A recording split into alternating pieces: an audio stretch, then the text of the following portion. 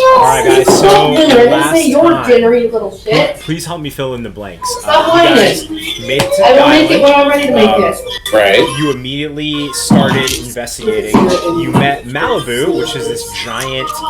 Here, you do this? You don't know what he is. He's just like a knight that has sand all up in his armor.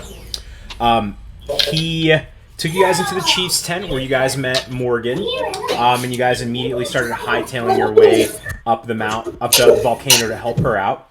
Where you guys saw the chief, you saw Princess Cruzan, and shit went down. And the whole island started breaking apart, and you guys died. Like, you literally died. And your characters will have to deal with that later, but they died twice now. You're On silly. your second go around, you guys started just Baby dinosaur! You split up, you went into different areas, you actually uncovered a lot of information. Yeah, let's see. And you guys, let's see, some of the big information things that you guys got. Feel free to fill in the blanks for me. Dylan made it onto the pirate ship, and he found the devil's puzzle box, or what the hell is it called? Infernal puzzle box. And you saw that there was a scroll of earthquake in there, that you believe that's what the chief was doing. Maybe it's a second one, you don't know. You want to watch, my little love. Let's see, what did Anne find out on the second Thank you. I got that document that Robert read. Yes. And I basically, what was it? I found that, then I followed the one guy into the woods, got a key off of his body. Yes. After he got ate by some T-Rexes, and then made it to the secret cove where I found the puzzle box. Yes. I didn't find it. I just opened it. The document that you got basically said that the chief had made a deal with the devil. There's a demon called Trigrazed, and that's who he's made a deal with in order to get this power to kind of create an earthquake, only to make the villagers, not the villagers, the pirate side kind of get trampled on. But something's causing this spell to backfire, and it's affecting the entire and he was able to read the map that was in the captain's cabin on the ship that was in Thieves' Camp.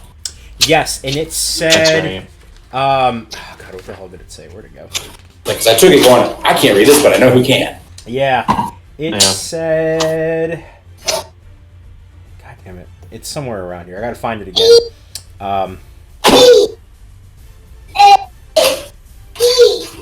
Yeah, but it said something. I don't feel like it led you guys to too much because you already got what you needed, mostly. But I don't remember it being terribly important.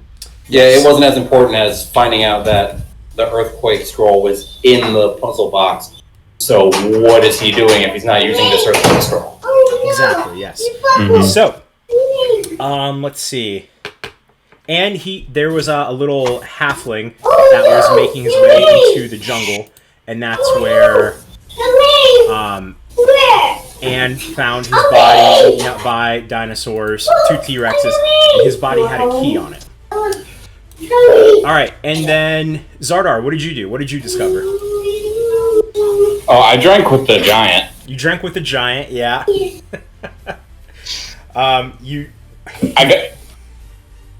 I gave White Fang some fruit, and White Fang took it to Curtis, so Curtis could go talk to the deer some more. Yes. You found out that the giant knew Monty, and the giant thinks that all humans look alike, or I'm sorry, all small folk look alike. I don't know. Would you call that racist? I don't know. I mean, if you can only see the tops of their heads, Yeah.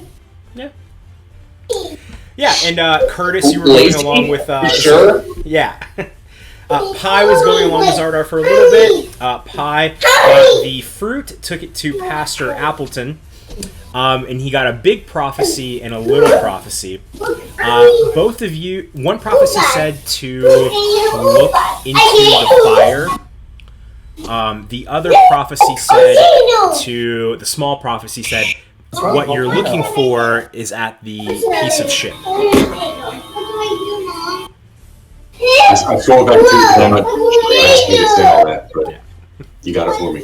Yeah. So thank you. No problem. And let's see. And then you guys all died. Again, yes. Robert and Anne, they were together in the Pirate Cove where it all collapsed in on itself. But I don't know. but Robert's body floated on the water because it making does dinner. that. So you got to squish between rocks and the water. Yes. A rock in a hard place. It's a rock in a wet place. Yeah. A hard wet place. Let's see. Xardaar, you died with the giant. And Pi, you died inside the cave. The cave collapsed in on you as you were getting your last prophecy. Oh, that guy got a haircut. Yeah, he did get a haircut. Nice. And then we like how that one looks, so we cut the rest of his hairs. There it is. That was a good one. I appreciate that. Okay, buddy. Is there some Get out of here, sort sucker. of metamorphosis that you go through when you become a dad, where those that's just your train of thought? Do you not remember the jokes I made before I had a kid? Yeah, It's effectively the same. I was gonna They were say the same. Dylan's been working on this for a while. Okay. So this time when you guys died, the first time you guys were in this kind of gray space, and you saw like someone off in the distance who looked just a little imposing, kind of standing like they have some kind of authority. This time when you guys die, Got booted.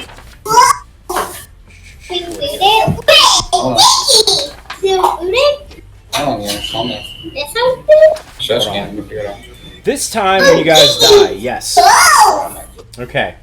Are you on fire? All right. So this time as you guys die, you actually, I don't know what your characters are expecting as you die. You know, hopefully it's just to like start over. Maybe this is a real death. Or maybe you're expecting to see that kind of gray space in the person kind of standing off in the background. But this time as you die, you actually find You want milk? yourselves in a familiar place. No. Daddy said water the rest of the night. What's You that doing? feel hurt, and you maybe Oh, start no. to think that where you're at is so pretty No. that it's the real afterlife, but then it starts to feel stop. warm and inviting, and this is what the familiar space is. It's that No. sky with orange, pink, and blue clouds. You see your teammates, they're right beside you, and you finally remember where you are.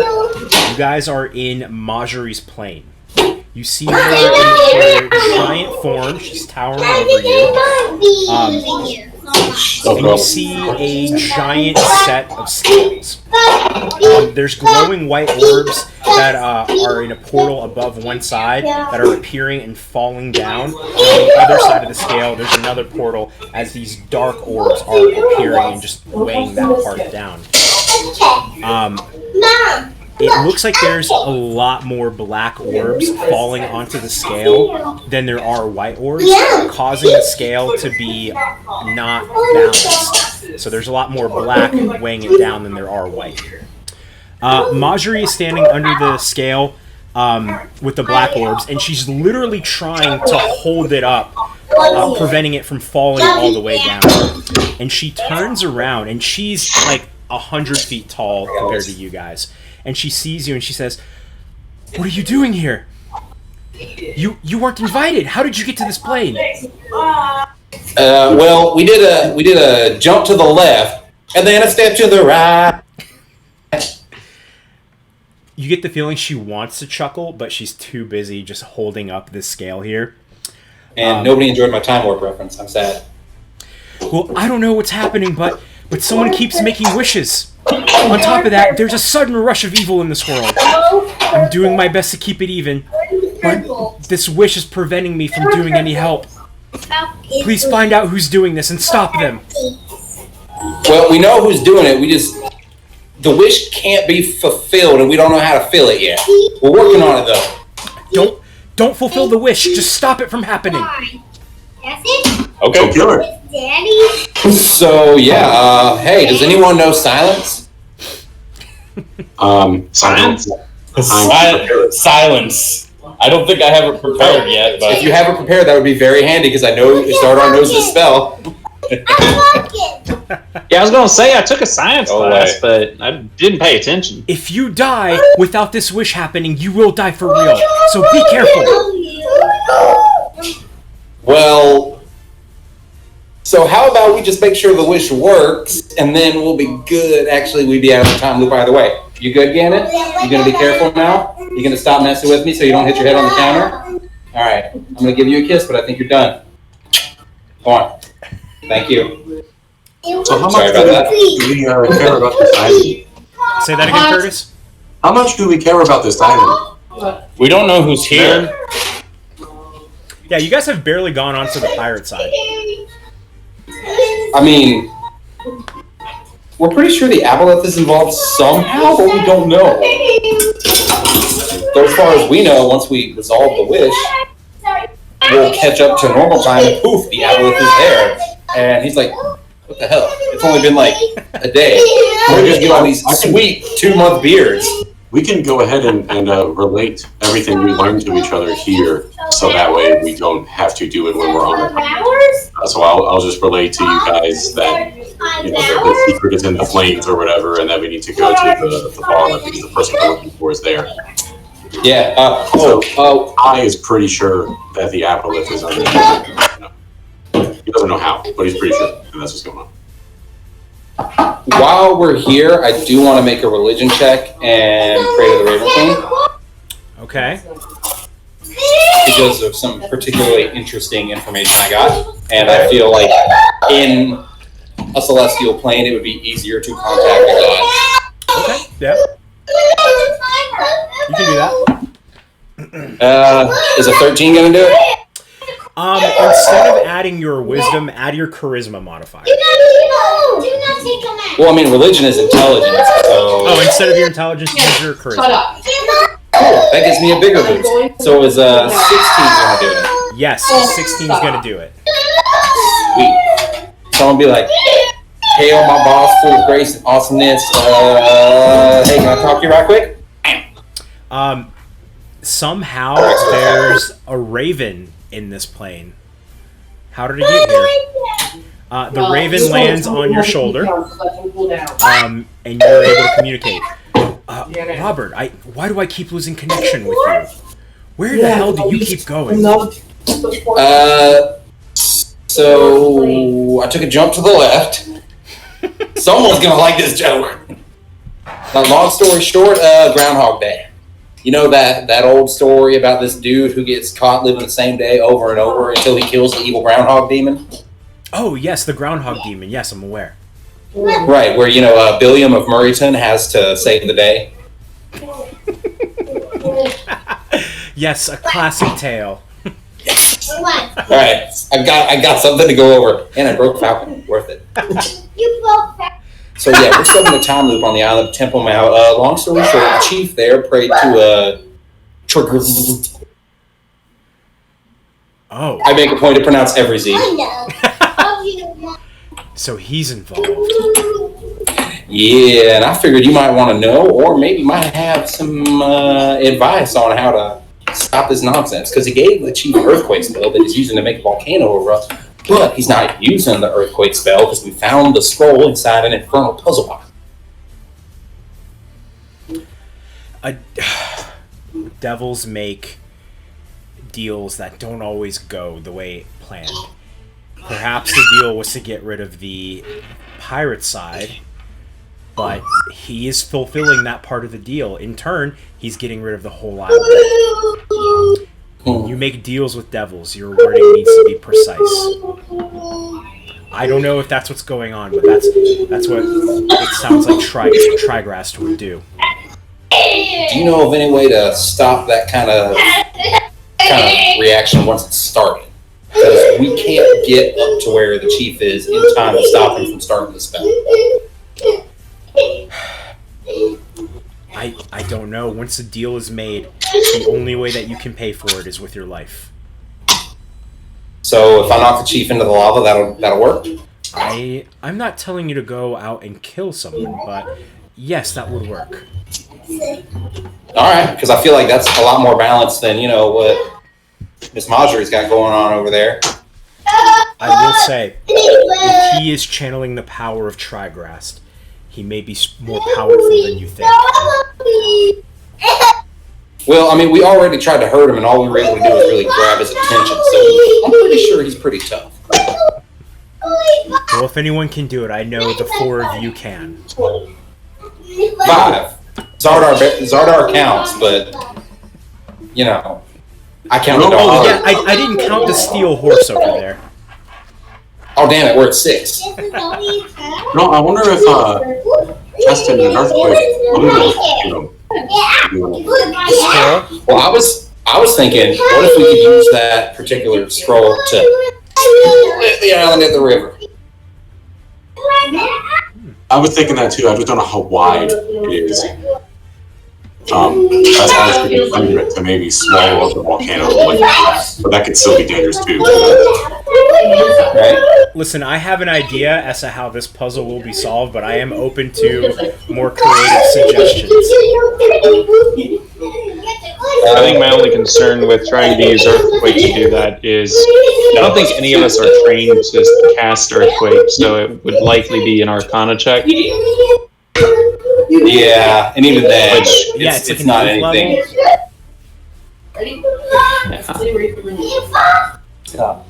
We could find someone that casts it for us, though. Yeah, 8th level spell. Well, a cleric could cast it. I think you would still have to roll for it, right? Isn't that how He'd scrolls still have to work? roll. Yeah. He'd still have to roll for it, but it's in his spell range. Whereas, like for me or Xardaar or Anne, it's not in the stuff we can learn. Yeah, you guys are capped off at 5. Right. Would that be like a wisdom check? That might affect the DC a little bit. I think it's Arcana. Yeah. DC Okay, 10 they're plus the saying spell's level. punishment. Yeah. So I think maybe we should do a little more investigating, just from the new things we've discovered. But we should definitely go to the pirate side. I mean, the I only heard a giant tequila bottle was suspended from the ceiling at bar. I'd like to see that. Right? Please remind me to do that. I thought it was going to happen when we got here, and you were talking about all the stuff up in the sky. Oh, yeah. At this point, Marjorie, the scale is getting a lot heavier. She goes, you need to get out of here now. I can't focus on you and this at the same time. And she opens up a little portal. I pick up Xardaar and throw him in. You would have to channel your fearless athlete to do that. I'll reset once we get down there, so Okay. fine. You guys pass on through. In this portal, you're in this white space again with all the floating doors. This time, as you guys are it's your 3rd go around now, so maybe you're expecting which door to go through. Give me a perception check as you guys are flying through here.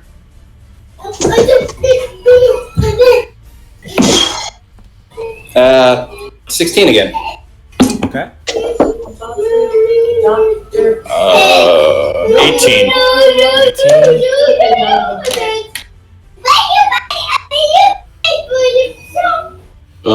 Dirty 20. Dirty 20, okay. And Robbie? They're hurt. They got He's bandaged. muted. Robbie, you're muted.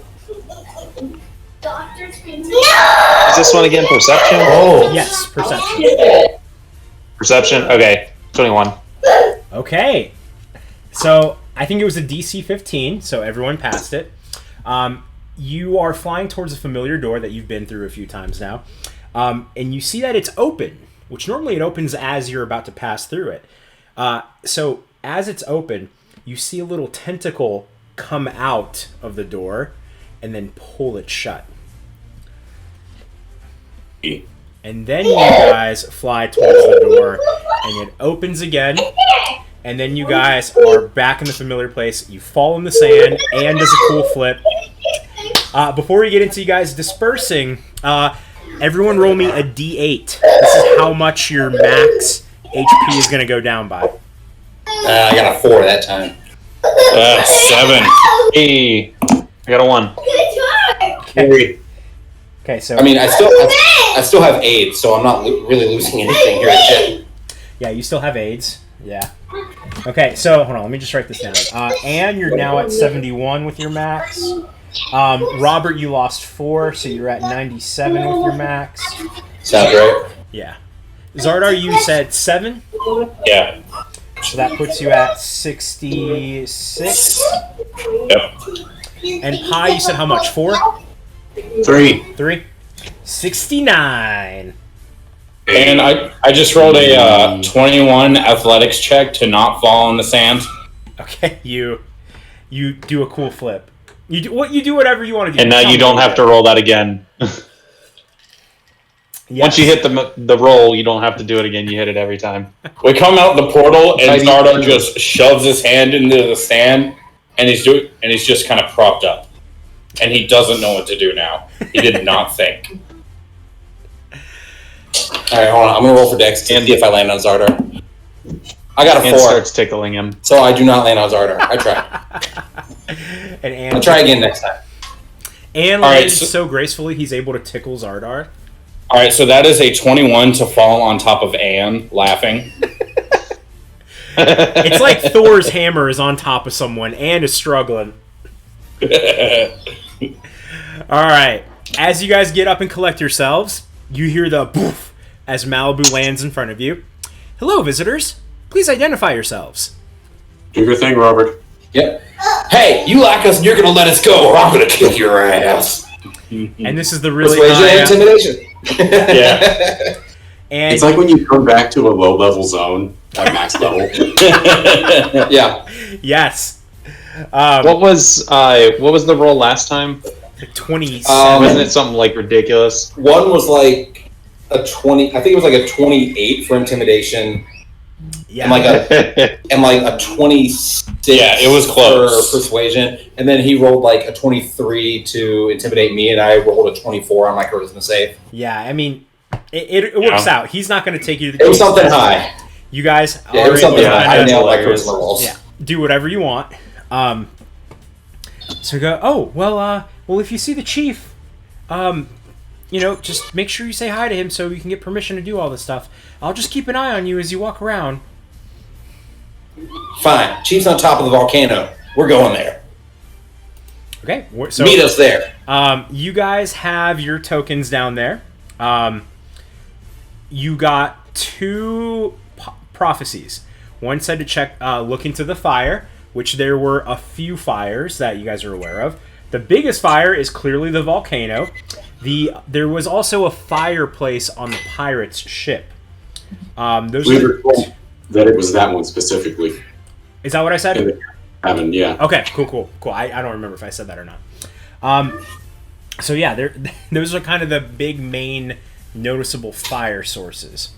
Where do you guys want to go? It's 11 o'clock. So let's say Robert were to go to the bar.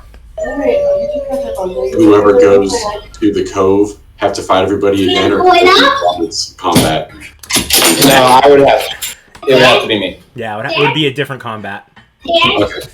I was like, I could probably get there while the ship's still docked, because when I got there, they were coming out, but everything else would effectively be the same, I guess.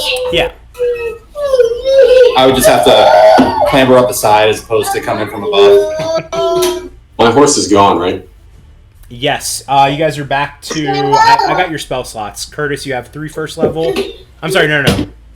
Yeah, you have 3. What the fuck? You have 4 first level, 1 second level, 3 third, and 1 fourth. And if you want me to tell you guys, I can tell y'all too. But I feel like most of you guys didn't cast any spells. Okay, I was full, so I'm good. I have a horse, and I asked if anyone wants to come with me to the bar.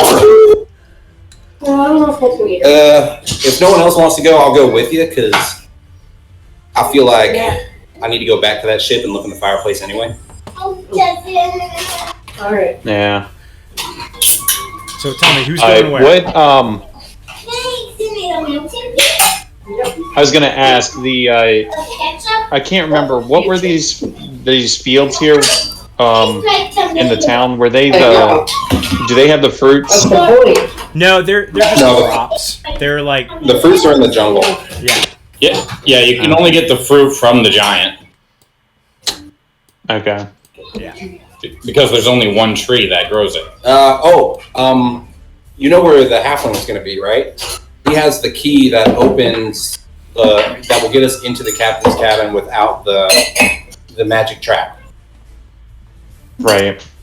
Yeah, so I can find him. You might be able to pretty find him while he's easily. still alive. Yeah. And then, do we still want to try and get under the mountain? Because I think there was The was closed there an cave. entrance on the other side? Yeah, the closed cave. Xardaar is going to go talk to the giant to see if he can help out. Okay. Okay. All right, then I feel like Anne should go with you because the halfling's going that way anyway. Yeah.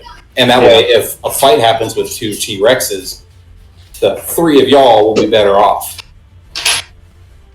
And And I then- can just yell for the giant to come help. Be like, hey, Monty sent us. Yep. From the cove, from the little secret cove, wasn't there a path further into the volcano that we didn't have time to go down? It looked like it was like in Zelda where there's like a wall with like if I put a bomb there, there's a secret passage that's gonna open up. You know what I mean? You had an extra. There was Okay. something that looked like that. Got it. So my gamer senses were tingling. Got it. You want milk? Ooh, that wall's rendered different.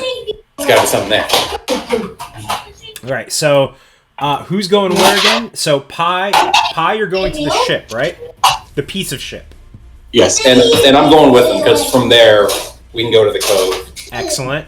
Xardaar and Anne, you're both going together to the jungle, right? Yeah, I'm trying to find the halfling. Okay. Get your chair. I'll tell you right now, you can start heading that way. The halfling starts at the piece of ship and crosses the bridge at 11:10. But you would know that yet. Well, and give me a history check to see if you can remember what time it was when you saw him. Well, would Robert know? Because he ran straight up river. If he was around there at 11:10. Yeah, both of you guys can give me a history check to see if you can remember seeing this guy. That's a 16. 16, okay. 12. Let's see. I mean, that's, yeah, you would remember that at 11:10 is when he crosses this bridge, and you saw him over here around, yeah, just between 11:10 and 11:15. Like, he gets into the jungle at 11:15, I believe. Man, he's fast. He was dashing. Yeah, he's cruising. You didn't talk to him, but he's in a hurry. Well, some halflings are very fast. They're nimble. Okay, so I'm gonna just head to like up here because I figure he'll be up here at 11:15, Alright, then right? a little bit of that. At the Where same time. are you? Oh, you didn't move your token. I'm still, We're sitting. yeah, I'm just pointing like here. I'm gonna Okay. like, so if I go here, I can intercept him at about 11:15. Yeah, and I guess Pi and I are going over here. Okay, excellent. So How here's long what I'll does it say. take to get? What was that? I was going to ask how long it takes to get to the piece of ship, although because that's going to dictate whether I pass force or not. Well, it's supposed to be a 15-minute walk, but if you're on a horse and Robert is peerless athleting, then I can cut it down to 11:10. Well, if Xardaar could ride the horse, there's room for Robert. Well, if you finish Wait, Xardaar was on the horse? With Pi, yeah. Yeah. He's saying last time Xardaar rode the horse, meaning it can fit two people. Oh, yes. Yeah. By the horse. Okay. That way I can save my channel divinity in case I need it later. So if I use it now, I won't have it later. That works. That's fine with me. Okay. It takes. water. I think that will make it a little faster in the end once we go here and to the cove. I think we'll get there a little bit faster because it takes 10 minutes to cast it, but that's up forever. Actually, so it's a permanent thing. Like it doesn't have a time that it runs out. But you did die. It's true. It's true. I would say, yeah, we reset the time. Wait, so it takes 10 minutes to cast, though? Yeah. Yeah, so we'll be there at Might as well 11:20. just run. We'll be there at 11:20 instead of 11:15. Okay. So But when it's time to go to the cove, we'll get there faster, and Robert will still be able to get there when they're coming out. Okay, cool. So going in chronological order, all right, since you're going to get to the bar at 11:20. 11:15, let's go to Anne and Xardaar. So you guys are right here at the beginnings of the jungles. You see this little halfling run by. He's holding documents. He's got his little goggles on. I'm going to be late. I'm going to be late. Watch out. Hey, buddy. Bumps right into you. Well, hey, what's going on, man? I can't talk. I'm late. If you want to talk to me, you got to run with me. Well, all right, but you got to follow me, because if you don't, you're going to get eaten by some monsters out in these woods. What? No, I'm not. I'm going to live forever. Yes, you. There are dinosaurs in these woods here. Well, yeah, there's a dinosaur right here, and he points to Xardaar. That's not a dinosaur. Have you seen a dinosaur before? Xardaar grabs his head and picks him up. No, You want to see? I gotta go. I gotta go. Okay, let's go. And he holds Hey, it. can you get me in? Can you get me into the cove? Into the cove? No. What cove? He stops running now. You've got. Oh no, I'm You holding got the it. key. You're heading to the cove. Well, like, he stops, like, running his legs as you're holding him. Wait. How do you know about the key? Because I've already been through this loop. Long story short, time loop. Anyway, you died. I got the key off your body. I went to the cove. I died? I felt really bad about it. Yeah, you died. That's why I'm telling you to be careful. And if you go with me, you probably won't die. And you hear me going, tell him there's a groundhog demon and he's Billiam Murrayton. Yeah, there's a groundhog demon, and in the past life, you were Bill Murrayans. The time devil, the groundhog demon.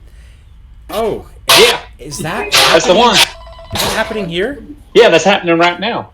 Yeah, right now. You're the main character of this story. More or less. So I gotta keep you safe. Okay, yeah, put me down.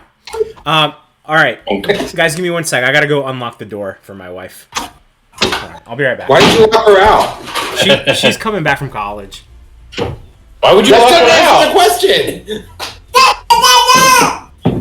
Oh, that's right. You guys never lived with him. He literally locks the door like in the middle of the day, constantly. Like even if he's in the house, it's just locked. Does she not have a key?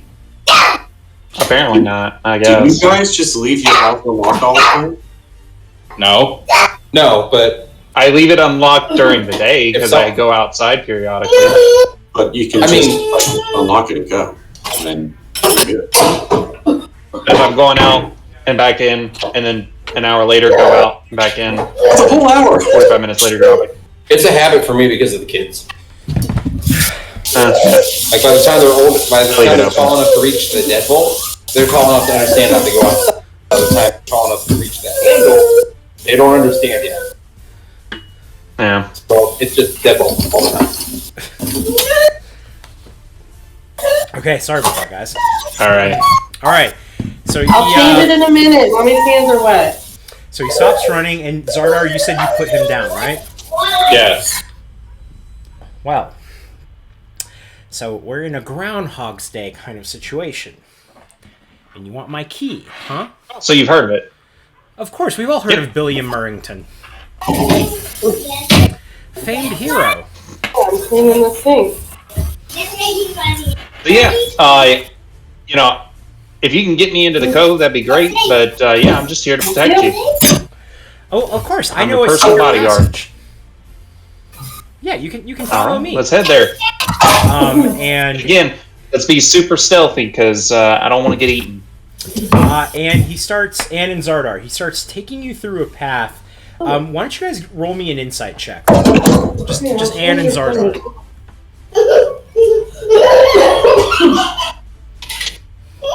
Okay, That that's is a 15.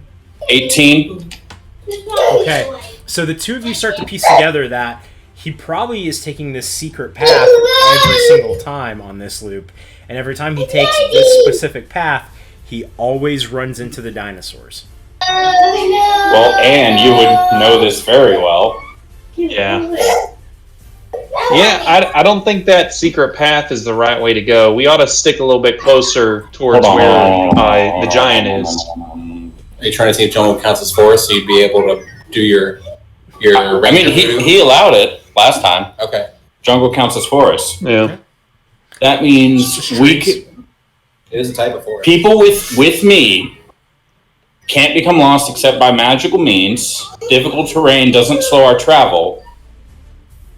And You really do go on the second level. I'll remain alert to danger, and we can move stealthily at a normal pace. No, actually, that's only me. Well, I feel That's like only for you. I feel like Anne's sneaky enough that he does that anyway, and the other one's a halfling. They are actually very sneaky. And you can pass it with trace too. And those dinosaurs will never see him. Yeah. I could do that, Well, that's spell. It's like top 3 for me, dude. but I only have one second level spell slot left. Did you refresh it since last time? Yeah. I only have one second level spell slot. You're supposed to have 2. But before you went into the bubble, you had 3 first level and 2 second levels.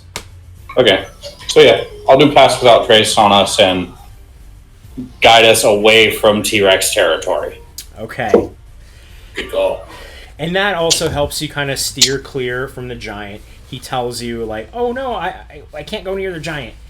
He's too scary. He hates everybody. He hates small folk, and I'm an even smaller folk. So he's just like... He likes this guy. He's a tall folk. Oh, yeah, clearly. He's about as... Is he not a giant? No? Kind of. As soon as we get close enough to the cave, I leave them and I go to the giant. Okay. All right. So, He's just guiding us. hold on. I have written somewhere how long it takes to get here. Sneaky. And then you're just gonna drink with the giant. Starting No, I'm from gonna No Man's Land, it takes 25 minutes Oh, to the, get to the secret or- door at the cove. I'm gonna see if he'll help me with the closed cave. Okay. That's right. And if not, So he's gonna get with Xardaar able to like cast pass without a trace and his ability to like move through, at a normal pace, does that affect that speed, or is it still 25 minutes for us to get there? I think it's still 25 because you're still like being stealthy. It's hard to be stealthy and running at the same time. You know what I mean? I can move stealthily at a normal pace. I would say, well, the 25 minutes didn't say that any of it was difficult terrain or you would be stopped or anything. Yeah. Can. Well, here's what we'll do. At 11:20, you encounter just one T-Rex, and we'll pause right here. Okay? So you're close. All right. So let's cut over to Robert and Pi, and this is just so beautiful the way everything worked out. All right. So Robert and Pi, not Robert, Curtis. Okay. I just need to do one quick thing. Copy your tokens. This bar is dope. Wait, Yeah. there's a Sailor Jerry? Wait, yeah, there's a Sailor Jerry. All right, your tokens are on the bottom left. Okay, there is this like, hold on, I have flavor text for the piece of ship. Are those bones? No, it's not the bones. There's a word for it, but it's basically just the giant wooden parts that go through the ship. It's like the bones Because they of the were ship. cracking up through the floor rather than being attached properly. I thought they were bones. Yeah. Nah, if the ship was one, no, Gannon, not right now. If the ship was one that had like a boat out lower deck, it would do that. They're cracking up through the floor. Are we sure those aren't? Oh, I see what you're saying. Oh, I didn't see it from that perspective. Nah, if there were decks above that one that were taken out, it would look like that. Curtis, take a screenshot. I want to see what you're talking about. Oh shit! You guys can't see this. Yeah. No. Hey, Windows 10. How do you screenshot? I think it's called Snipping Tool. Hold on, let me just. I haven't been on Windows in a while. I'll just move you guys over there so we can all be together. Yay. Oh, cool. Okay, there we go. All right, so You walk through the makeshift town and find the only building with a lot of noise coming out of it. There's a poorly made sign legit looks like hanging bones. over this building. It says, "The Piece of Ship." Most of the wood that makes up this building seems to be reused from something else. You walk in and you see that there are many people in this bar. There is a bard standing on top of a table with a giant tequila bottle hanging over it. There's people hanging around eating. There's a bartender, a tiefling woman, and you see someone walking into the back room, which seems to be accessible to people, but it looks like only certain people are allowed to go back there. Oh, the puppy. So Robert and Pi, it's 11:20, and you're in this ship. And you know what? Let me change the music too. I don't know yet. I'm going to see how he does for the next one. So what do you guys want to do? Hey, Pop, who are we looking for here? I wanted a drink too. Well, that's a good place. That's a good place to start. Who are we looking for? I think all it said was that the person we're looking for is here, and that guy there has a name tag on it. It's Sailor Jerry. Maybe we should talk to him. Wait, I remember why we wanted to come here. Not just because of that, because we don't know for sure what happened to the chief's wife, but people here will know. That too. Maybe the chief's wife is Sailor Jerry. I mean, some of these 100 Jerrys could be Lady Jerrys. Who knows? I feel like that's up to Robbie. Could be short for Geraldine. It could be, yeah. All right. So, shit, where'd it go? All right. Wherever is the place to grab a drink, that's where I'm going immediately. So are you walking right past Sailor Jerry, Robert? Does he have booze? Sailor Jerry, he's just on top of this table. There's a hat in front of him, and he is the kind of bard where he tells jokes. Oh, shit, yeah. All right. I'm going to pop a gold in and be like, spin me a tale, Chuckle Man. Oh, thank you, good fellow. I know that you are in need of a good laugh. Oh, good hearty laugh. What do you call a pirate with 2 arms, 2 legs, and 2 eyes? A crappy-ass pirate. You call him a rookie? And the people that are sitting around that table smack their flagons on the table. Thank you, thank you, thank you. And you did you give him some money? I gave him 1 gold. You get a D4 of inspiration. Nice. Of bardic inspiration. I'm all for it. So I hold up my fake arm and I'm like, well, what does that make me? I don't have a joke for that one yet. I'm sorry. Come back later. Damn, I could use a laugh. It's been nothing but pain, and I could have used something to lighten my spirits. Well, you do look like you need some R&R. And I throw him another gold. Where's the giant tequila bottle? Right above him. I walk up the ceiling to get a closer look. I'm just kind of curious because I assume it works like the one in Margaritaville and it like actually moves. No, it absolutely does. Voice. It's mechanical. It looks like dwarven made. It's definitely dwarven made. Only a dwarf could have made something with this much intricacy.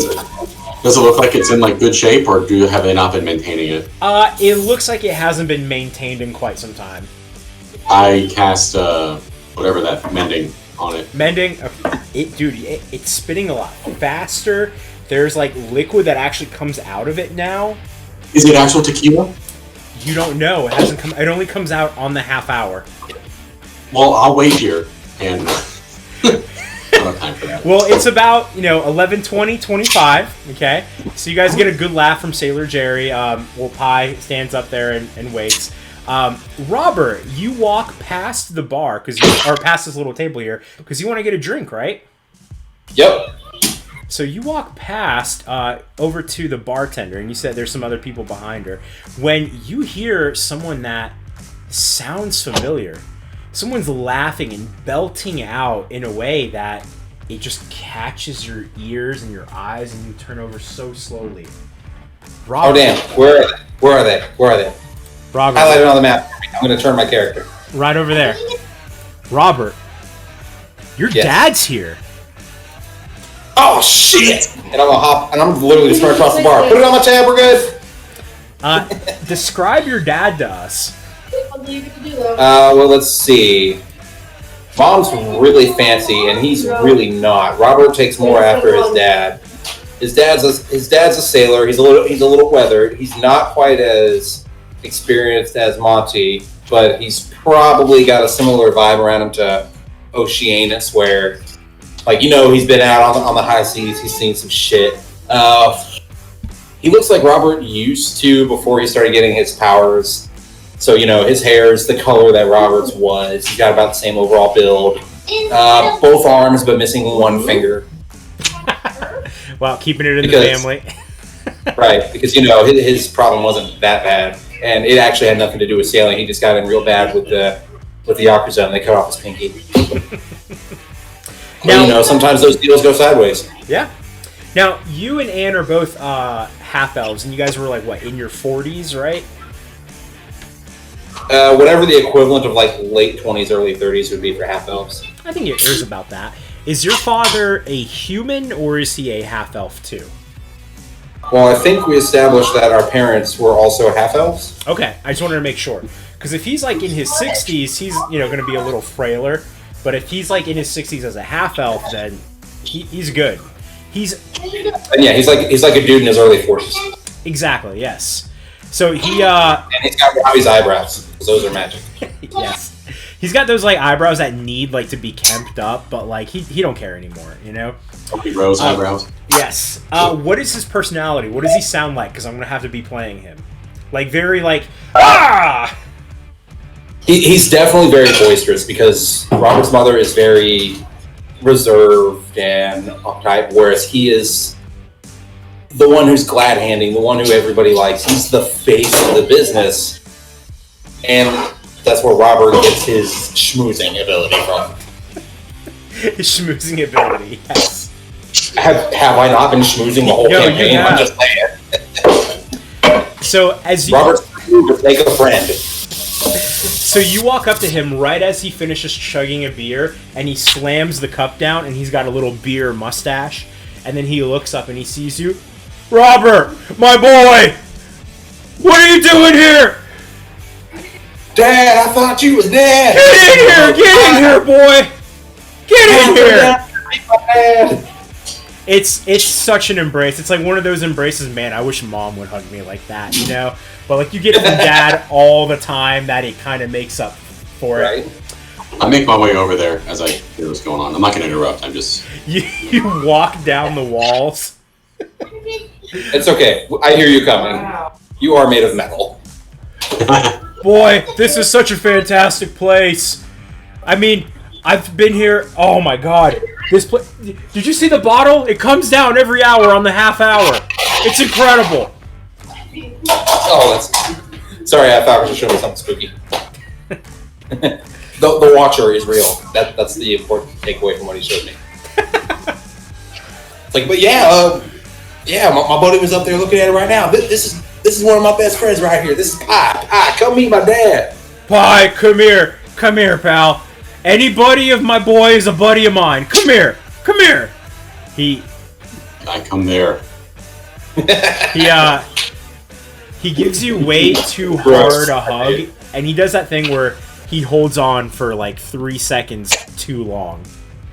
It's okay. I let him do it. I hug him back in my big metal arms, and oh, you know what? Before we end our race, Grizzit. I'm expecting you to give him a little symbol of Moradin somewhere. Yeah. Ooh, sleight of hand 15. Nice. What are you doing? I'm putting a symbol of Moradin on. Nice. You sneak it into his back pocket. Oh, he's sneaking around his neck. Oh, around his neck? Even if he noticed, I don't think he would care. Yeah. Because if he notices, Robert will be like, he does that to everybody. Don't worry about it. My boy, how have you been? You look big, you look strong, your hair looks a little different. Man, you want the long version or the short version? Give me the short version. I'm here to drink. All right, so here's the short version. Barkeep, bring us let's say 3 shots each and 4 from a metal man here. Ooh. Oh yeah, it's a party now. Valgoria over here. Valgoria, that's a cool name. She looks annoyed to be serving him, and she definitely gives you all the drinks. Just put it on your tab, sir. Yeah, put it on my tab. I'm gonna drink this place dry, Robert. You can help. As long as we can cover the tab, Dad, I'm with you. But so, boy, we're rich. I'm gonna buy this bar, Valgoria. How much for the bar? It's not for sale. Sold. Right? Sold. Dumbass. All right, so let's do the short version. So I signed off with Sockeslees and Chrono. Well, we went to the island of Frosthold with a wizard. They all got swept away by the Raven Queen. I was the only one who made it. She made me her champion, and I got some of her power. Boop, that's one shot. Nice. What did you think I was doing with these, Falcon? So then I'm like, all right, I'm going to be a hero. I'm going to have stories just like, your great grandpappy. Like, we got his picture up in the giant foyer, but ain't nobody else got stories as good as his. I wanted to get my own good stories. So I started going around. I hear about a whole bunch of people getting sick. I meet up with folks like my buddy Pie here. And we get swept up in this whole big thing where there's this church of Syrian going around, but Syrian ain't the god's real name. His name is Thursdoon or something like that. But he's bad. He's real bad, and he's trying to cause all kinds of bad things. And he's trying to take Mystic Beach down, Waterdeep down, and all kinds of places down. And then we go to the Underdark, and I lost my arm. Where's Jerry when you need him? Yeah. I have the recap. Real quick. My Jerry. My Jerry. Who has the homebrew exposition dump ability. What's up, Pie? We need to die again so we can tell Marjorie who Syrian it is. We forgot to do that. Who's what it is? Who's Syrian? Oh, right. Syrian. Yes. Well, worst case scenario, we can pray and hope our gods will pass the message. I mean, yeah, you have 2 gods who kind of actually talk to you. Well, one kind of talks. The other one is apparently really fond of Robert, because this time she was just chilling on my shoulder. It started with all the way over there. She's been encroaching on me, so I think she kind of digs me, y'all. Long story short, you're stuck in Groundhog Day because nobody has seen you back in Mystic Beach for 2 months, and we're trying to figure out where the Billion Murrington is so we can take care of the Groundhog Demon, because the volcanoes is going to go off in 35 minutes, and I've died twice already, which means you've died a whole bunch of times, and it's not fun. Lava sucks. And we came here to find some shit out. Robert, my boy, I understood maybe 5% of that. But, wait. I'll take it. Okay. You're telling me I've been missing for 2 months? Yes. Back in Mystic Beach, it is currently insert correct time and date here. I've only been here for a few hours. Some pirates chased us in here. We wanted to hide out from them, but then they came here. Yeah, I've only been here for a few hours, my boy. What? No, you bartender, can live the same. Water with this tequila on the side, please. Hold the tequila, but make it a coffee. Who wants a tequila chaser? An Irish coffee, please. Irish. A regular coffee, an English coffee with milk. I'm bringing him down hard. Beans on toast. Tea? What'd you say? Bring him an English breakfast. We need beans on toast. I said English coffee is just tea. No. Oh, English coffee. Yeah, you're right.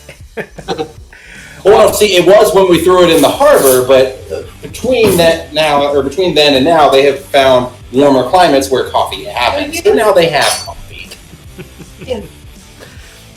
Oh boy, this is scary. You're telling me I've died? I don't want to die, my boy.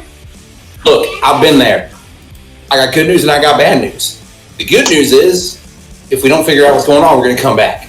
The bad news is, while you may get to do this over and over until something changes, I wasn't part of the initial loops, so I don't have infinite replays here.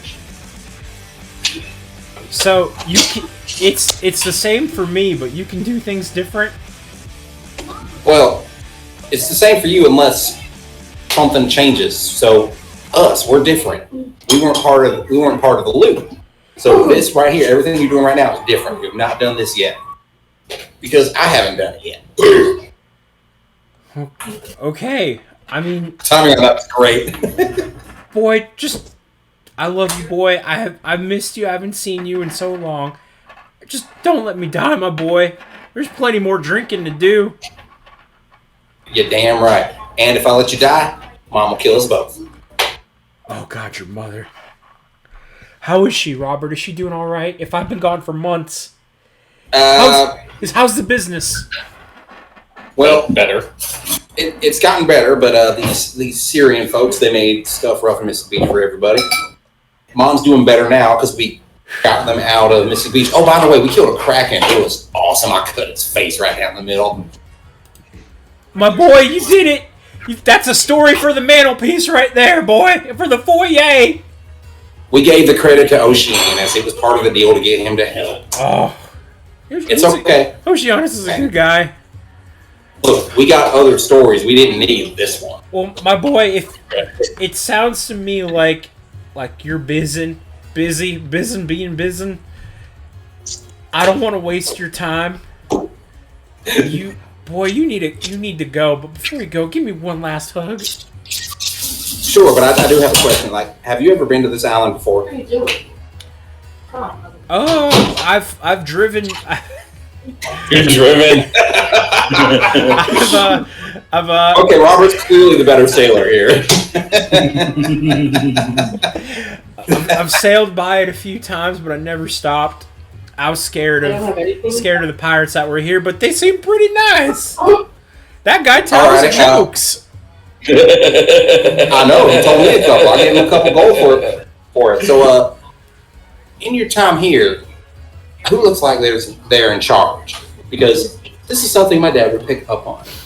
He knows who to schmooze, just like Robert knows who to schmooze. This saves Robert the trouble of finding that person. That should go on Pie's little thing for next week. I keep forgetting to do that. I was supposed to put. Robert knows who to schmooze. It's a great idea. It's a great one. Well, Valgoria here, she's in charge of the bar. She's really good. That feller over there, Sailor Jerry, he's in charge of the jokes. And you hear Sailor Jerry go, how do pirates prefer to communicate? Eye to eye. All right. Someone actively takes a coin out of his hat. Give me a minute. I'm going to go over and make a good impression with everyone real quick. So I'm going to go over and climb up on the table next to Sailor Jerry, and I'm going to tell a joke. Okay. No, I've got a better one. Mr. Jerry, you mind if I tell these fine folks a joke of my own? And if they like it, I'll let you keep it. Be my guest, of course. Ladies and gentlemen, I got to ask y'all a question real quick. What do you think a pirate's favorite letter is? We heard this one. It's R. That's where you're wrong. You'd think a pirate's favorite letter would be R, but a pirate's only true love be the C. Oh. Hey! I assumed X marks the spot, but C works as well. Oh, yeah. And so if I didn't have inspiration, I would have earned it. Yeah, I thought you guys all used your inspiration last go around. No. Okay. No. Oh my god. And what did I roll on that joke, Falcon? A 20. A nat 20. people place. Let's see. He's been getting like a piece of gold at a time. I'm gonna roll a d10 and multiply it by 10. Yes. 90 gold. Nice. And some weirdo throwing in an Electrium. That's enough for one beer.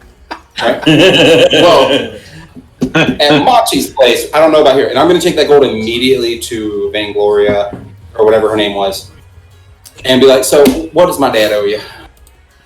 Well, he's been here a few hours. He owes me about 50 gold. Is that about... I give her the 90. Oh, big For putting up with him. I know that he can be a little bit much, because I can be a little bit much. She pulls you in, and she says, well, if you're a big spender, there's if you're spending that much, maybe you want to make some more. There's some guys around back that are making some deals, if you know what I'm saying. I think I'm picking up what you're putting down, and honestly, this might be the reason I came here anyway. But only Well, the keep big that together. tippers. Yeah, of course. Only the big tippers are allowed to go back there. But you can go back there if you'd like. She goes into. She goes over to the back wall, and she knocks on it 3 times, and that's some kind of symbol, like, hey, someone's coming in, so clean up. Go talk to the Goliath. He'll be able to help you out. Real quick, is it 30? I feel like you guys have been here for at least 5 minutes, if not 10. I'd say it's 11:25 at the earliest. Or 11:30, excuse me. I poke my head in. I'm like, look, I'm gonna be in just a minute. I do want to see the bottle. I've heard so much about it. I'll be right now. You want to wait until 11:30? Yeah, I want to see it.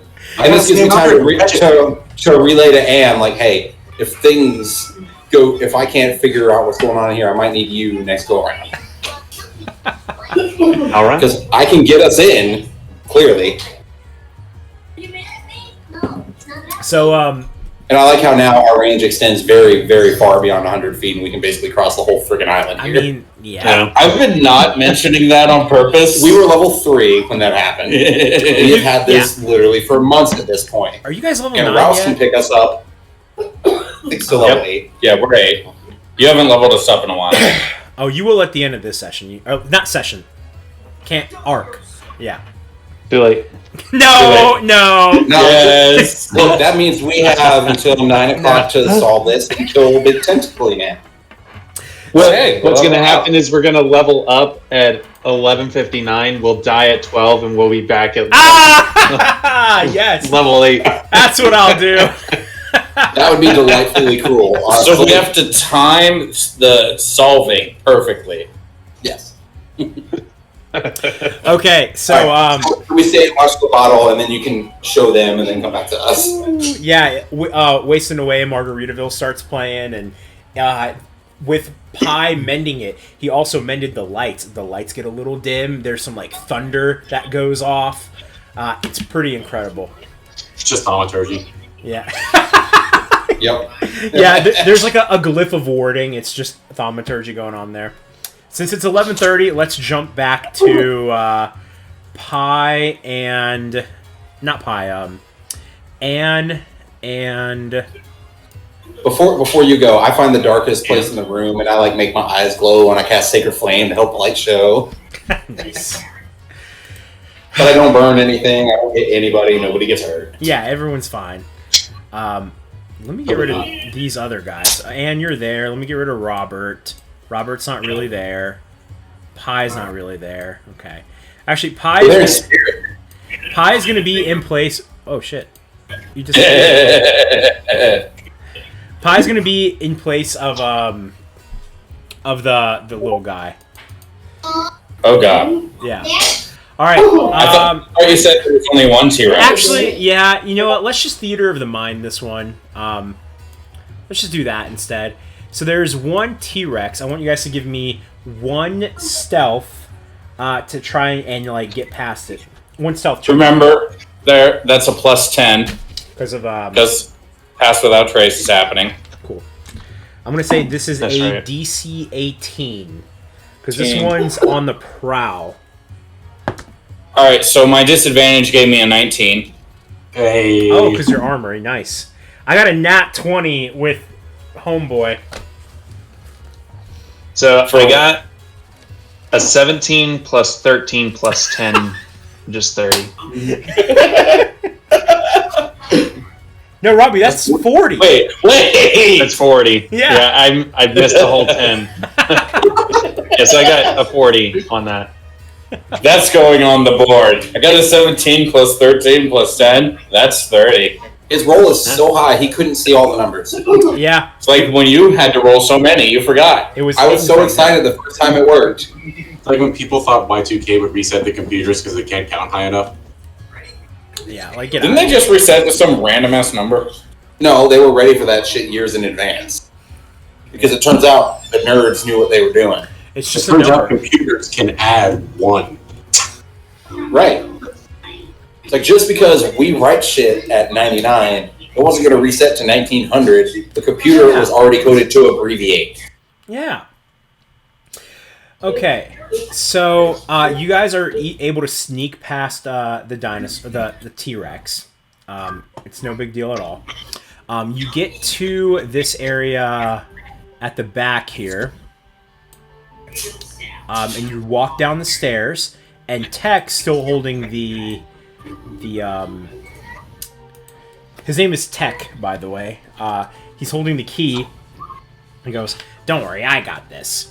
The key starts to light up with some runes, and there's no keyhole in this door. And he sticks it directly into the door. It phases through, and he turns it, and then you see the glyph light up on the door, and the door just click and opens up. And at this point, it's 11:25 for you guys. Now you're actually going to be on this map here. It's a lot of movement all around. Like, intentionally painted yourself into the split party trap. Yeah? Okay, so... Oh, Jesus. Okay, that's Emerald Nelson. Robert, I'm going to put Robert's token just over there, just because, you know, he was over there at some point. And y'all's tokens, you guys are going to be down here at the far south. And I'll tell you in just a second what you're seeing.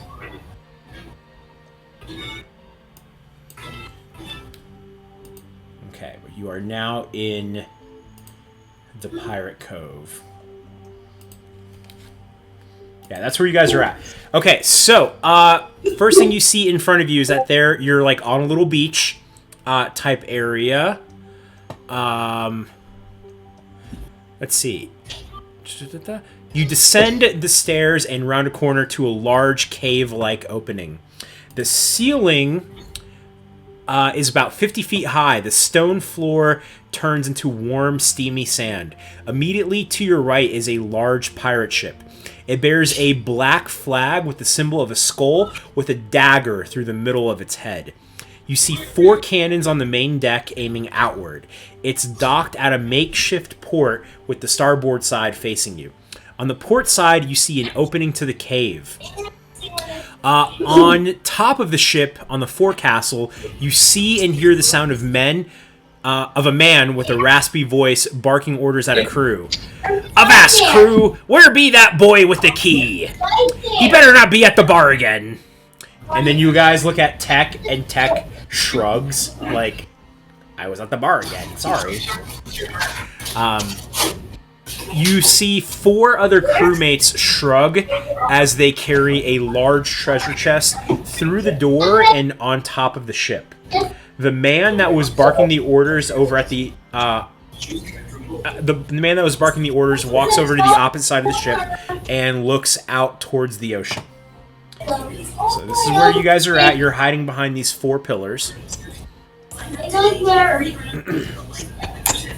Yeah. So the 4 guys, they're no longer on the ship. They're inside the ship somewhere.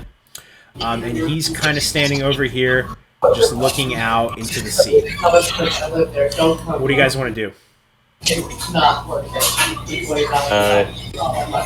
I think to Anne, do we need them? Well, there's an item down in the lower part of the ship that would be really useful, but no, they're not useful to us. We can kill them. So, item useful, pirates in the way. Got it. You lead. So are you sneaking, or are you just like Conor McGregor walking up? I'm going to ask the halfling, so what's going on? Do you not know these guys? Not really. I was more or less kidnapped. They killed my family, my friends, everyone I ever cared about.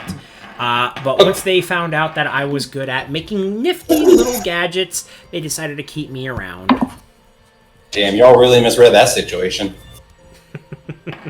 So, are you sneaking in here, or what's going on? Well, they know me. I can just walk right on up. He'll probably hit me with a whip because I'm late, but I'm used to it by now. Where is that section that you were talking about that looked like it was blastable rock? Oh, that's on the opposite side. It's not so much on the map. It's not really visible to us. Yeah. Actually, yeah. It's let's say somewhere around here. You guys are on the opposite side of it. It's like over here. Okay. On the northeast corner. So the pirates went down below. Admiral Nelson's chilling up top. Yeah, he's looking out at the ocean. Y'all want to try and sneak up on him? Still got passed by the trace, right? Yep. Yeah. Sneak up on the boy. Alright, so that was 2 18s, a 17, and a 23. Do all of those hit? Okay, well that goes your answer. Let me pull up his stats. Yes. And while he's done that, I'm gonna go ahead and start cruising towards him, I guess. There we go. I'm sorry, say those numbers again. 2 18s, a 17, and a 23. They all hit. Yeah. If that's what you were trying to do. Yeah, that's what I was doing. Okay. He didn't sound like a very nice guy, so... No. Xardaar has issues with people that kill families. Yeah, roll damage.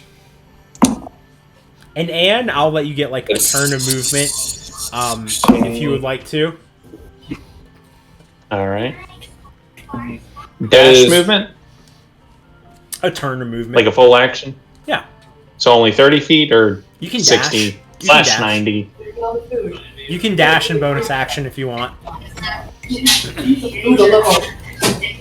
That was 36 piercing damage. From 4 attacks? Yeah. I rolled bad on one of them. Okay, he takes 36 damage. Because I didn't use a hunter's mark. So it was just the bow. Ah, gotcha. That's like 4d6 less damage, I guess. Yeah. Okay, so I guess we're doing this. Roll initiative, guys. Actually, no. Let's do this. We'll come back to you guys because initiative will be a little bit.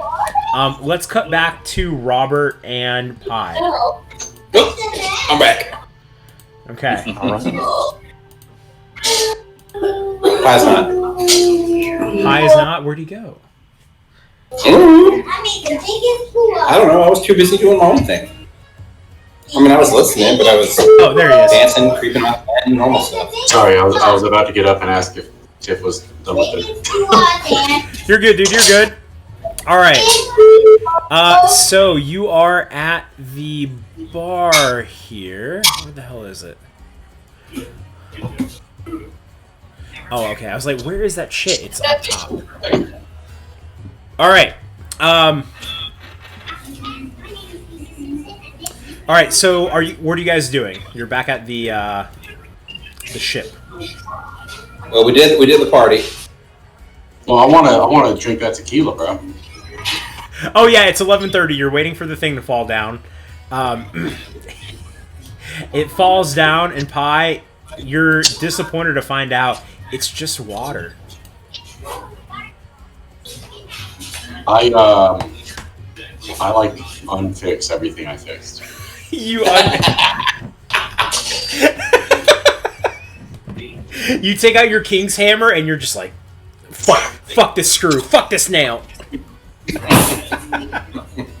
You undo the glyph of thaumaturgy that was put on there.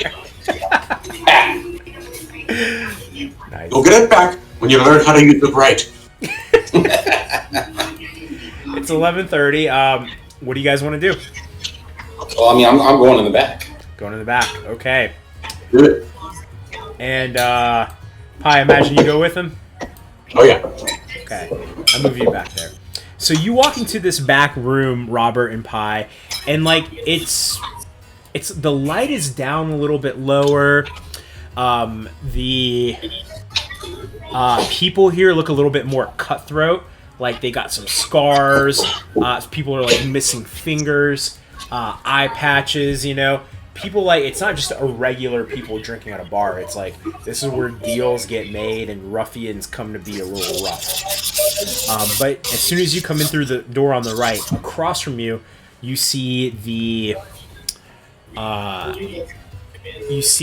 Goliath sitting with an elf. Is that over on the left there? Yeah, on the left here, yeah.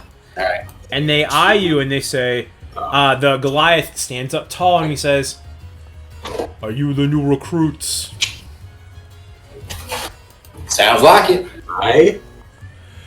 The guy beside him is an elf who looks rather like he's got very pointy features. He's got his hair up in a ponytail.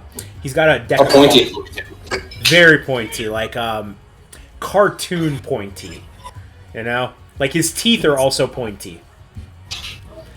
He's got a deck of cards and he's like shuffling it through his hands, doing those cool card tricks where it like, you know, from one hand to the other. He said, you wanna play a game with my friend here, huh? This is who I imagine as that elf, the way you're describing him.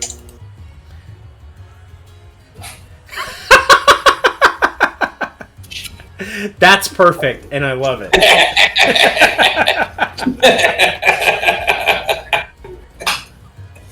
It's canon now. That's what he looks like, yeah. You wanna play a game against my friend here, huh? Vinny doesn't know who that is because he doesn't play Elder Scrolls. I don't know, but I'm still here for it.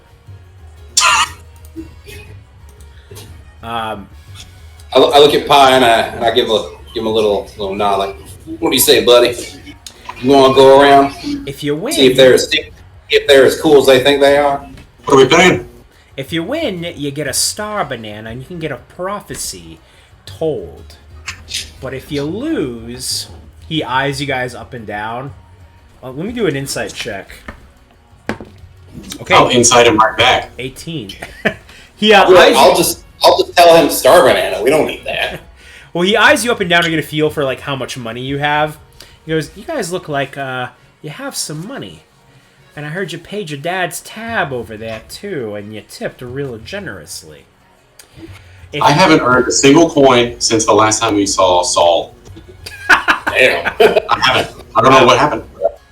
I thought you saw found some in the shop when you guys were sneaking in to fight Mr. Dory. I found a brewer's kit. Yeah, the alchemist supplies. Oh, I thought you guys split the money because Anne found some stuff. I'm pretty sure we did it. Even then, I mean, we still haven't gotten a ton of money on this arc, so we haven't needed money. True. No, we haven't. But I can't buy anything from Saul because everything I want is expensive. Well, there is treasure. I mean, it all depends on what that final loop looks like. So he eyes you up and down and he says, like, "You got some money. If you win a game against us, you get a star banana, which that guy over there on the villager side he uses for prophecies. But if you lose, 1,000 gold." I look at mine and go, didn't we already get a prophecy? Like, we don't need a star banana, do we? We got We can two get it from prophecies. the- If you want us to play, you gotta make it worth our while. Right, we got star bananas out of the jungle. Like, man, you got to come up with something better than that. And Robert turns to walk away. He looks honestly like astonished by like, you got a star banana? Fine, I'll give you a whole And then, bushel. like, A whole bushel of star bananas. We don't need We just star get- bananas. you need something better than that, buddy. All right. But could use some information. You could say, we have a dude drinking with the giant right now. You're losing this. Irrelevant to him, probably. But there's information I could use. Okay. I'll give you any information that I know that you might want if you win. And if you don't know, you'll set me up with who will know. You got it. All right. How much Can I gold come do you back? have, by the way, Dylan?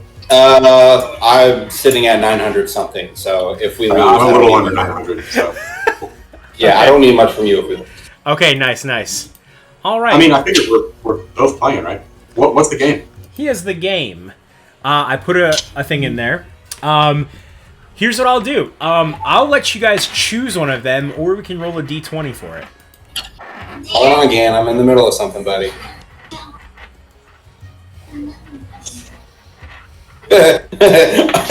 Arm wrestling. Robert detaches his arm. Number 6 is brutal. Affirmative. Nah, dude. Nah, dude. So, is there one that is tickling your fancy? I'm reading them.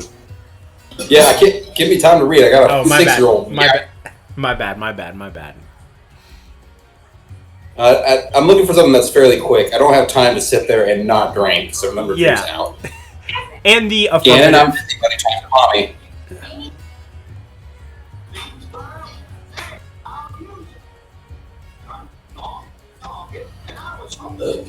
Yeah, some of these, like... I don't feel like anyone's going to win here. Yeah, Like every time the barman swears.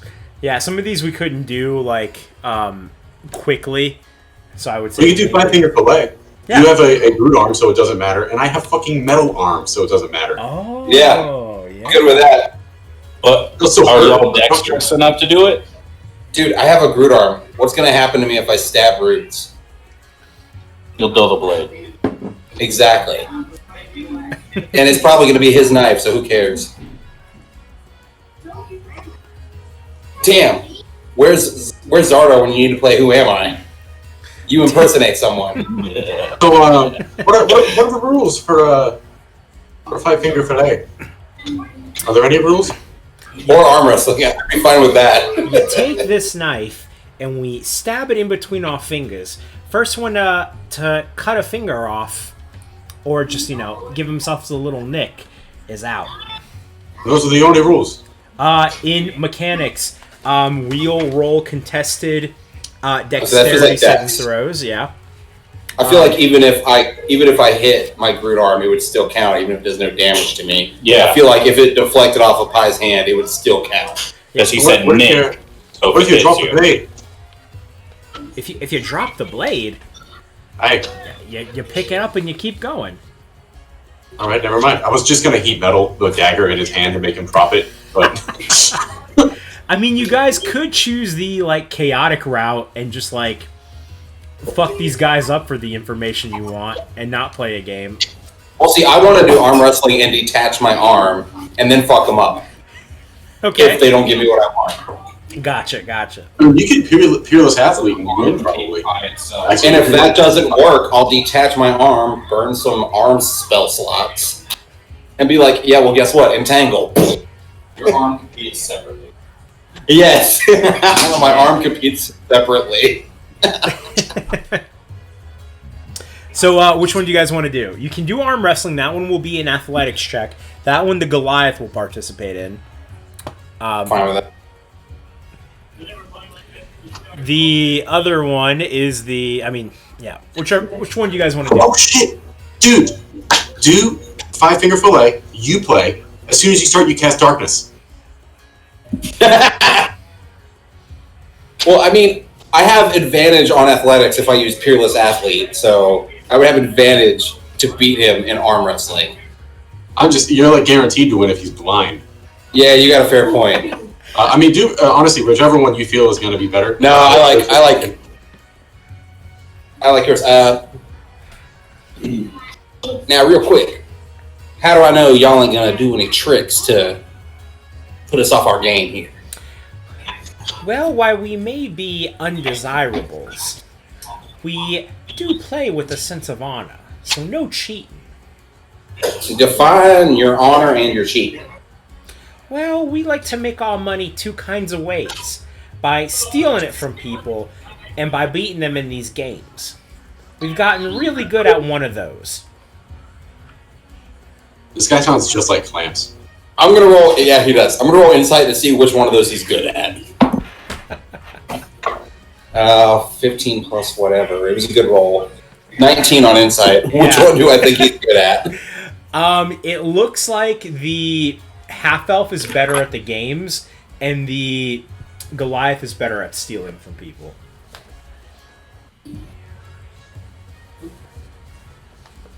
What do you think, Pi? You think I could beat this guy in some 5-fingered fillet? I mean, what's the worst case if you lose, huh? We'll reset in an hour. They don't know what we're talking about, but it doesn't matter. Oh shit! If we lose, we'll just be back in an hour. By which I mean right now with Ann, and he'll win. Oh, there you go. Yeah. And then I'm gonna make my eyes flare real quick, make them that blue. Be like, all right, buddy, you're on. All right, 5-finger fillet it is. Thunderstruck starts playing. He Because Pi has speakers now. Yeah. He takes out a knife and he gives it to you, and he puts his hand flat on the table and he says, "First one to give a little nick wins." And he shows you his hand. There are like a few little nicks here and there, but nothing that looks too deep. All right, I'll slap my Groot arm on and be like, "You should see what happened here." So here's what we'll do. We will roll competitive dex saving throws. At first, the DC will start low, but it'll get higher every time that we go around. Okay? I feel like you should play against Vinny with a spoon handle. Like the both of you should actually do this. You turn Yeah, your but I'm camera gonna cast down, darkness. Diva. I'm going to cast darkness, so Vinny has to do this with his eyes closed. So no, Even better. I'm not I going to. said spoon handle, so he's just going to hurt himself. No. Great. As soon as we start, I'm casting darkness, so who cares? All right, ready? Go. And I immediately cast darkness. What the hell? Whoa, what the hell are you doing here, man? I ain't hit, and he's got disadvantage, but I don't. Wait, you got a head start. Well, you said go. And oof, I did not roll great. I only rolled a 5. But he doesn't see it. A 5 total? I have no modifier for that. But he doesn't see it, so if I don't say anything, Not even the saving keep throw? going. No, I have no bonuses to dex. Okay, well, it was a DC 10. I pass. I guess He doesn't see it. Give me a deception check. Oh. Well, I'm very charisma-y. And if this happens, I will continue to raise the DC for that one as well. Alright, I got a 12 for deception. It was a DC 12. Okay, I feel like it should be my deception versus his dex.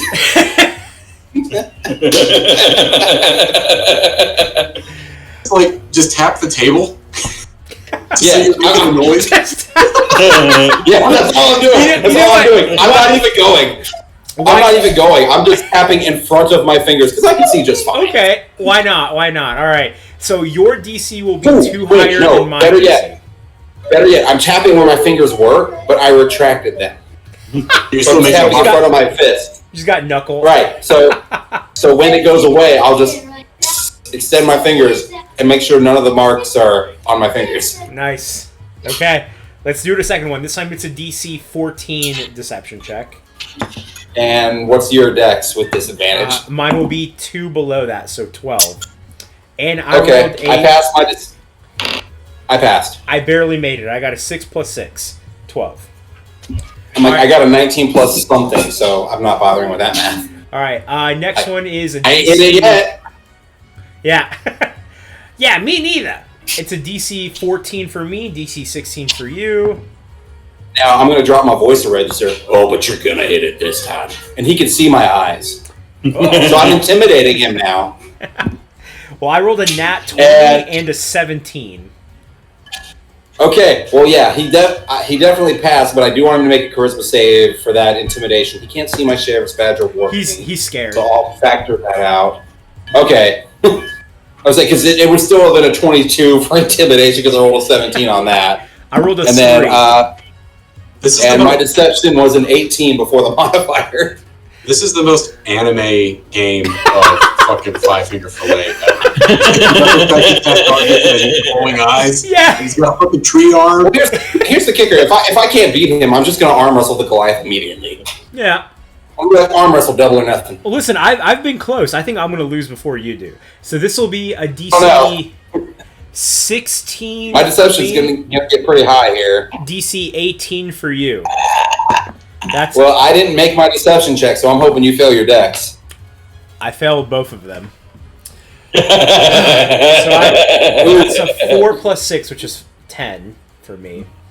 That's 40. So it's a draw, I guess. As soon as I hear him go, ow, I drop the darkness, but I don't extend my fingers out in time. So does he pick up on that? Let me roll, and this would be investigation. This guy's not super bright. I feel like it'd be perception, because Perception? either way. I mean, yeah. His wisdom and intelligence is the same. That's a 13 to see that. Give me a sleight of hand. If you beat a 13 with a that's a sleight of flat roll hand, for me, he so. doesn't see it. Nope, I got an 11. No. What the hell's going on here, man? Your knuckles aren't even out. I mean, I don't even really have knuckles. Are you trying Technically, I don't even have fingers. So, you know. Okay, you know what? Fuck this. We're gonna do this mano-y-mano, okay? That means hand versus Arm wrestle? hand. Yeah. Come over here. And he clears the table. I'll wait. I'll wait to pop off my arm. You'll be like, all right, arm, go. Me and As soon you as he now. starts pulling, I'm just going to back off and leave my arm. Then that makes it easier for him to smack it down. The elbow is going to root into the table. Yeah, I'm going to cast Entangle and root and push. All right, now you did It's cheat my arm. once. You cheated once, so don't do that again. We may be thieves, but we're honorable thieves. All right, fine. I promise I will only use the arms I came in with, and I will not use anything you cannot see right now. Okay, I think I can respect that. There's no And trickery you will going be on. able to, I will not kill the lights again, I promise. He glares at you, and he's like, you know, I smell something on you. I don't know what it is, but it doesn't smell so good. All right, Moken, let's Damn, go. I do need a shower. You're right. That's me. All right, so it's best of 3. This will be a contested athletics check. Moken gets a +8. All right. I am going to use my Peerless Athlete. I get +5 with advantage. Nice. Okay. And if I lose, I will use my Bardic Inspiration and cast Entangle. Why didn't you use your Bardic Inspiration for the Deceive? Because I rolled a 3. Yeah, it was a bad roll. Well, that's a It would good time not to matter. That's a good time to have a bad roll because I rolled a nat 20. On that one? Yeah. So that's good.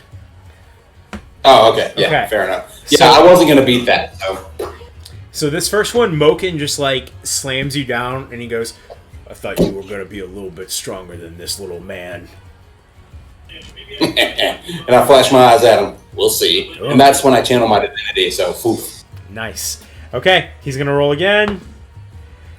That's an 18 plus 8. Damn, that's hot.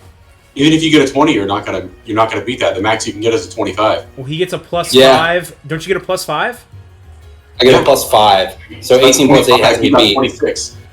So I immediately cast Entangle and back up. Here's what I'll do. Add your intimidation modifier. You sure you want to do that? Because I already win. For this one roll, yes. Okay, I already win. Okay, you win. Because you... Yeah, I'm okay with that. Because you tried to intimidate him with your eyes. Yep, and he can see my War Paint and my Sheriff's Badge, which means I have that +13 to Intimidation. All right. And it looks like his shadow behind him was turning into some sort of bird and just screeching. That's true, and it somehow gets darker than black when I do that. All right, and now let's do one more. You probably win. All right, well, my first roll was a 19. Okay, I rolled a 5 plus 8. Okay, yeah, good, because my second roll was in that one. Good time to have one of those. You slam him down, and you're so excited you stand up without your arm. No, I go back and get it. Because part of the intimidation was me leaving my arm. You didn't even need your whole body to beat me. All right, little man, what information do you want? And I lean in real close and I bring in Pie. So I'm on level with you boys right now. The chief on the other side. No. So I'm on level with y'all right now. The chief on the other side is looking for a way to get you pirates off the island permanently, and you don't care if you're dead or alive. I know something happened with his wife, but we don't know the details. And if we know the details, we might be able to save a whole mess of lives. You don't know what happened to his wife. Who does? Oh, well, yeah, that's easy. Captain Emerald Nelson kind of kidnapped his wife, used her as a bargaining chip, try and get some money out of them, but those folks ain't got no money. All they got is these little star fruit. They're delicious, but they don't have any gold, no diamonds. They got nothing. So, well, that's good news and bad news. The good news is I kicked his ass once. Well, he stayed true to his word, and he slit a throat. Dumped a body right on the beach. Disrespectful, if you ask me.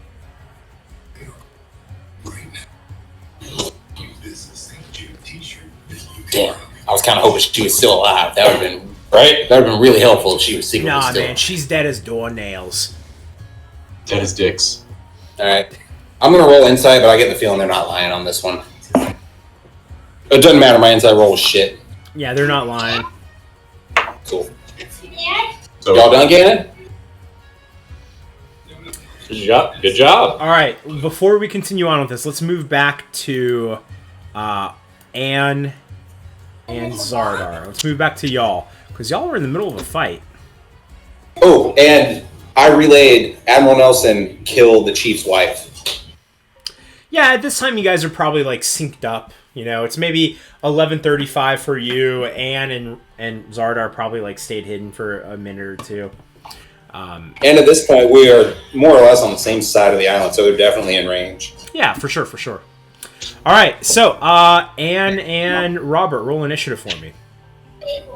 You mean Xardaar? I mean, yeah, Anne and Xardaar. My bad. Yeah. 18. All right. Let me see. What's my modifier again? That is going to be 25. With advantage, I lost that badly. All right, let me roll for the boy. You got 19. It's likely, but I wanted to check. Has he seen me? Probably not. I think Okay. his first reaction would be to look towards where the arrows came from. I think that's what he would want to do first. Okay. There we go. All right. So, Anne, you are up first. Admiral Nelson, he has turned around to look that way. Oh, can you switch my view? Oh, shit. I didn't see that. It would be really nice if I knew which way he was looking. Oh, my bad. I didn't see that I separated y'all. There you go. My bad. Yeah. All right. So I'm going to go ahead and use my movement to try and get 1, 2, 3 up onto here. 5, 10, 15. How many feet to get up to here? 5 feet. I'm imagining there's like a ladder there, you know? Okay, so normal. Yeah.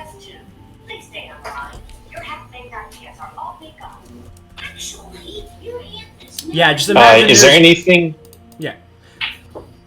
Is there anything I can hide around here in? I'd say maybe that center part might be raised. Yeah, let's just pretend there's like some barrels and shit over there. Okay. So I'm going to take the hide action. Okay. Or hang on, before I do that, because that'll be my action. I'm gonna use my bonus action to try to get a little bit closer. So, let me see, 5, 10, 15, 25, and I can get right to these stairs down here. So I think what I'll do is I'm up against these stairs, just out of his view, and I'm gonna do the hide action. Okay. Do I need to do any kind of stealth check for you? Not until we have to resolve the hide action. Okay? Okay. Yeah. I gotta read up. Yeah, with that modifier, just let him hide. Yeah, pretty much. Because with Pass Without Trace plus his natural stealth modifier, Yeah. unless someone up there has Jerry levels of passive perception, they don't even have an inkling something's going on. It's okay. Yeah. Robbie doesn't even let that work. Yeah. I mean, he's given it to me like 1.5 times. Yeah. All right, so he is going to turn around and come this way, 5, 10, 15, to kind of take a look at who the hell shot me. And then he sees Xardaar peeking out from behind the rocks. Oh, I'm not peeking. I'm standing there. Oh, you're just standing there. He's going to go. I use disguise self just to make myself look increasingly larger, and I'm just glaring at him. Crew, we have some stowaways. Get out here. Look, it's the before picture of a Bone Daddy. So he's gonna, based on where he's at, he's gonna shoot at you twice with his pistol, and you're within 60 feet. First roll is a 19. Wait, no, I'm sorry. Yeah, a 19. Does a 19 hit? Yeah. Okay. Next one is a 15. 15 doesn't hit, right? Nope. Okay. He'll hit you once. Even when he's that big, 15 doesn't hit. That's going to be 10 piercing damage from the heavy pistol. And then... Yes, and then he will end his turn, and it is now Xardar's turn. Alright, so I'll use Hunter's Mark on him. Hunter's Mark, he is marked. What are you check? What are you what? That is a 29 to hit. Mm-hmm. And an 18 to hit. Well, you hit him once. Meets it, beats it. I hit him both times. Yeah, I don't remember what his thing is, but it's less than 18. Yeah, it's less than 18. 18 hits, yeah. And that's a 6, okay. Robert remembers, but he's not meta enough to be like, yeah, here's his AC. 7. That's 12 for the first one, and 13 for the second. 25 damage. Don't kill him. We need him. Oh, I'm not. I'm shooting his feet now. I'm pinning him to the ground. Gross. Well, he's almost bloodied. Almost. Alright, anything else you want to do? Any movement? Dad? Yeah. We're gonna move. Didn't Mom make you nervous? Okay. Yeah. At this point, the crew are going to come out from back here. They're going to come out, and they're like, Boss, what's going on? Where's the stowaways at? So this one's going to come out over here. He's going to make a perception check to see if he can see Anne. But he does see Xardaar. Anne, I guess I would make it with disadvantage because you took the hide action. He does not see you, Oh, so yeah. he's going to continue on this way. So 5, 10, 15, 20, 25, 30 to go towards Xardaar. And then he's going to shoot at Xardaar with a light pistol. Xardaar does a... Oh, that's got to hit. A dirty 20. Yeah. You're going to take 6 piercing damage. Same thing. This one's going to come out from the other side. He's going to step out this way, see if he sees Anne. That's a 16 and a 2, so he does not see Anne. He's going to come out this way. 5, 10, 15, 20, 25, 30. He's going to shoot at Xardaar. Xardaar does a... Oh, that's a nat 20. So that's 16 plus... I'm sorry, 8 plus 2 plus a d8. I'm okay. Xardaar, you're going to take 15 piercing damage. Next guy's going to come out, see if he sees Anne. I was trying to... That's a 9. No, it's a 6 and a 1. He's not. So he's going to come out this way. So 10, 15, 20, 25, 30. He's going to shoot at Xardaar. Xardaar, that's a 20... I'm sorry, that's a 19. Does a 19 hit? Yes.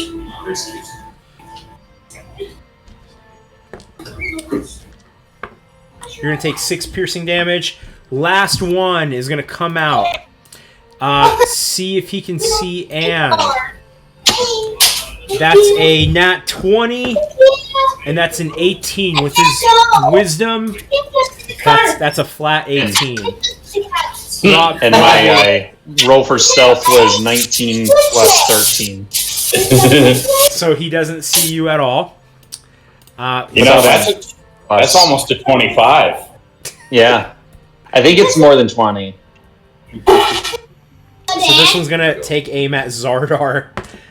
Xardaar, it misses. That's a flat 3. Okay. All right, next up is Anne. All right. Let's see. So I'm going to go ahead and start moving over this way. 5, 10, 15, 20. Has he noticed me? He has not noticed you. All right, perfect. The whole goal is so I could get sneak attack damage. I'll give you let's see. because you took the hide action before this. I will give you advantage on this. I feel like that's fair. Nice. I'm not 100% sure on how the hide action works, but that's what we'll do for now. Wait, All right. Yeah, the whole kills them. Nobody has spare the dying for interrogation. White Fang can heal. Close enough. Oh yeah. All right, it's a good thing I had advantage on that because the first roll was in that one. The second one gives me a 24 to hit. That hits. All right, let's see where is. Into these. You know what? Let me put you guys on that map too, so y'all can see what's going on. To these.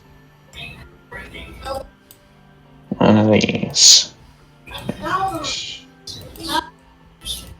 Oop, there it goes.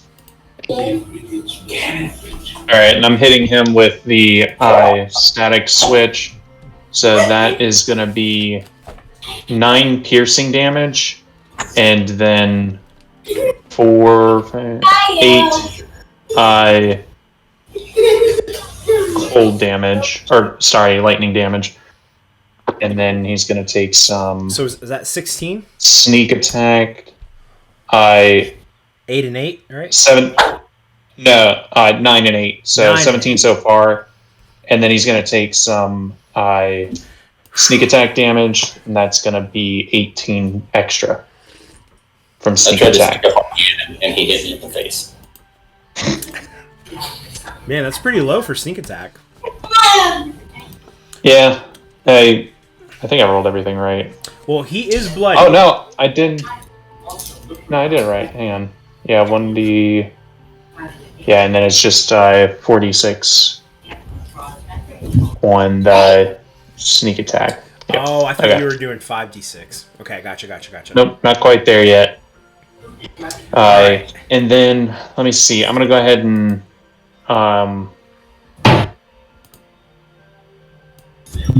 Since it's point blank, I'm gonna pull out the pistol and shoot him with the pistol. Okay.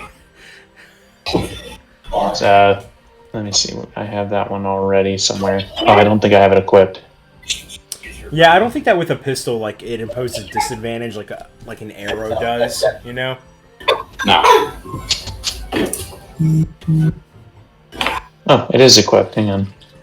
I don't really understand. Oh, there it is. The arrow thing. Well, because it doesn't reach max velocity until it's completely left the bow. Well, yeah. And if you're within 5 feet, the arrow. I mean, if you're going to swing a greatsword, you got to bring it all the way back and then swing, you know? I don't know. Yeah. I mean, the rules are there. It seems weird to me. I don't know. Robert makes it work with the great sword. 24 to hit. Hits. Alright, where is my... There it is. Okay. You can have more water. And that is going to be 15 piercing damage. Nice. On a pistol. That's a good big hit, man. Yeah, so 15, 18, and 17. Okay. So 35 plus another 15, 40, 50. Yeah, you brought him down a good bit. He's definitely still bloodied. Let's see. All right, and now we're back to Nelson, and he's gonna get tangled with you. Mandela. You shot me at point blank, boy. What's wrong with you? Things. Things. Not a bit. All right, Robbie. He's gonna come at you with his cutlass. Does a 19 hit? I shield. It does not. Okay. Oh, damn you, boy. Well, so anyways, I'm gonna start blasting. Then he pulls out his pistol and he's gonna shoot you point blank. That's a 17 plus 7, 24. That will hit. Yeah, because I think my AC is 23 right now. Okay, gotcha. So a D10. That's a 10 plus 3, 13. 13 piercing damage. That's all he does to you. Alright. Now we're back to Xardaar. Xardaar, what you got? Alright, so These little boys are untouched, whereas the big boy is... if you hit him and then Ann hits him next turn, he might be out. Alright, so as a bonus action, I'm gonna heal a bit. 4, 8, 10. Alright, that's 12 HP I get back. Nice.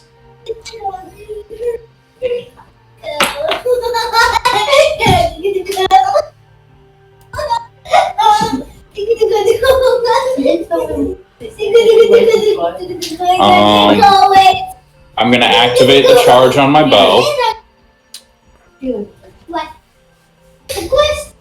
So now I got the pedal swirling around. Okay.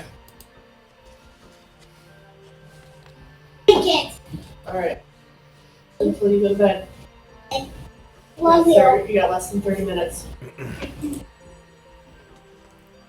Okay? Mr. K. Mr. K. The K-Man. All right. And then what are you going to do? I'm gonna attack some of the lesser people just to scare them. Okay. That is a dirty 20 to hit this one. Hits. Alright, and I'm actually gonna make that a grasping arrow. Okay. So that'll be an extra 2d6 No, you said mine. on top of the d8 and d4. Okay.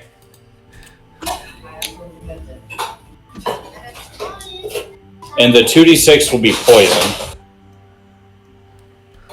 Okay.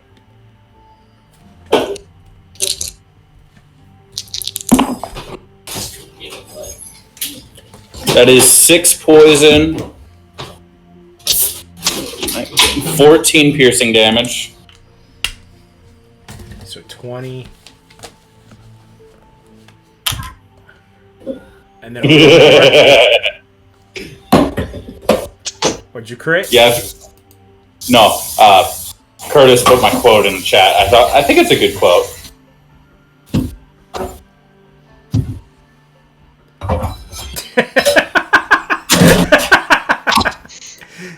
Yeah. Xardaar the Tyrant. How is that one looking? Well, after that 20 damage, he's bloodied. Okay. I'll hit him again. Well, I'll roll to hit him again. Try to. That is a 28. Hits. D8 plus a D4.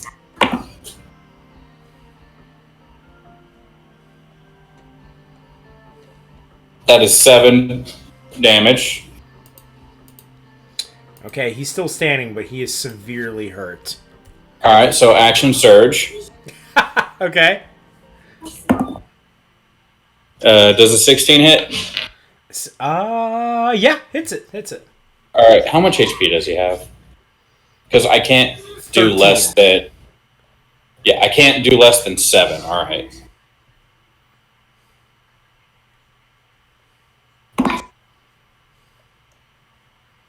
Okay, that's 14. He's dead.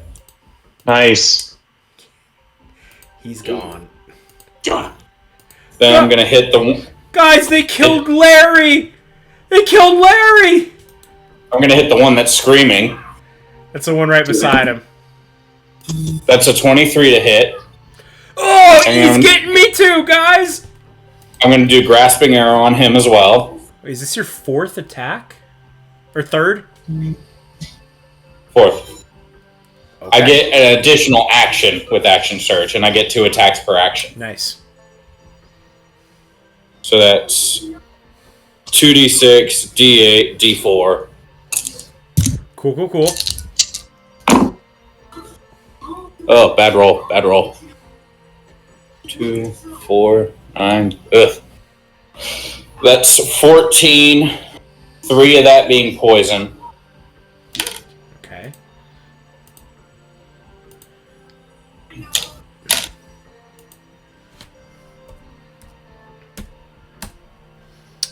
Excellent.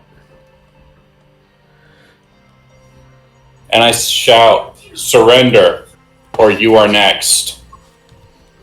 Give me an intimidation check with disadvantage. Because you killed a whole I'm sorry, did I say disadvantage? Yes. I meant advantage. Because in one turn... You killed a whole person. Yeah, you killed a whole person and almost brought this man down to half health. That is a 19. It's not terrible. He throws his gun in the water. And the rest of you? White Fang Misty steps right in front of them. They throw their guns in the water. Guys, he's got a wolf too. And they throw their guns in the water. Splash. A wolf with a horn. And White Fang just sits there and says, "Smart move. Now down on your bellies, like a good boy." They do that. They do the thing where dogs put their bellies up to like show that you're the dominant person, you know? They do that to White Fang. Yeah. I approve of this. I now have minions. He needs to give at least one of them belly rubs. It's now the pirates' turns. He pats one of the bellies. I think that they've probably surrendered at this point, so I'm going to skip their turn. Yeah. And let's move back to Anne. Anne, what you got? Is Admiral Nelson surrendering? He's not. Just kind of like looking at his demeanor, he still looks like he's raring for a fight. What are you doing, crew? You're making me look bad. Yeah, he just shot you point blank, even through your shield, and he goes, "Oh, you'll never take me alive. My crew, you can take him. Do whatever you want with him, but you'll never take me." We'll see. And hears in his head, "Take his hat. I want it." All right, I am going to cast It Insinuation. Okay. He needs to make a Wisdom saving throw, DC 14. All right, he gets a +2 to Wisdom. DC what? 14. He got a 13. Nice. All right. This is where the fun stuff happens. First, he is going to take some psychological damage. He is going to take 9 psychic damage as he just hears, these voices swirling around his head saying, "You're no captain. Your men are abandoning you." And then the target is incapacitated. Okay. For the next round, he is unable to do anything, take his action, and will be able to can attempt another Wisdom save at the end of his next turn. Wait, Okay. for flavor. One of the voices he hears is Robert interrogating him from the last loop. Oh, Yes. yeah. I like that. So yeah, basically, he's stunned for the next round. He, like, crumbles down to his knees, and he's just, like, looking around as all these voices kind of swirl around in his head. And yeah, he's incapacitated for sure. If we go down the order, it is Nelson. You said at the end of his turn he makes a save? Yeah, I'm going to use my bonus action, though, to stab him again, though. Okay. Go ahead. I'm sorry. I jumped the line. All right, 19 to hit. Oh, no, that's 20. Sorry. Yeah, both hit. All right, that's going to be 10 piercing and 8 cold damage. So 18. Okay. And it says nothing about if he takes damage, whether he gets a roll, so it'll just be at the end of his turn. I'm maintaining concentration on this, so I can't cast any other spells. Cool. All right. And was it at the end or the beginning of his turn? At the end. Okay. Since he can't do nothing, that is a 10 plus 2, 12. He does not break out of this, and he goes, "Stop it. Make it stop. I'll tell you whatever you want. Just make it stop, please." All right. I guess it's Xardar's turn before, It is Xardar's turn. Essentially, Admiral Nelson has surrendered. So we can break out of this combat if you would like. Yeah, that's fine. If he's surrendering, Xardar's going to go up with Anne, and we're going to interrogate him. And White Fang is going to teach the pirate boys, his new minions, to do tricks. Because White Fang might actually be kind of evil. And these guys have a... actually, they're probably smarter than Xardar, but their intelligence is still pretty low. I mean, Xardar's intelligence is 8, White Fang's is 10. Well, they're smarter than Xardar for sure. So, what do you do to Captain Admiral Nelson to kind of get him to stay where he's at? Before I lift the spell, while he's still kind of writhing in agony and unable to do anything, we'll tie him up, disarm him, so take all of his weapons, knives, etc. off of him, and then I will release the spell. What's going on? Are you the voices? That be you?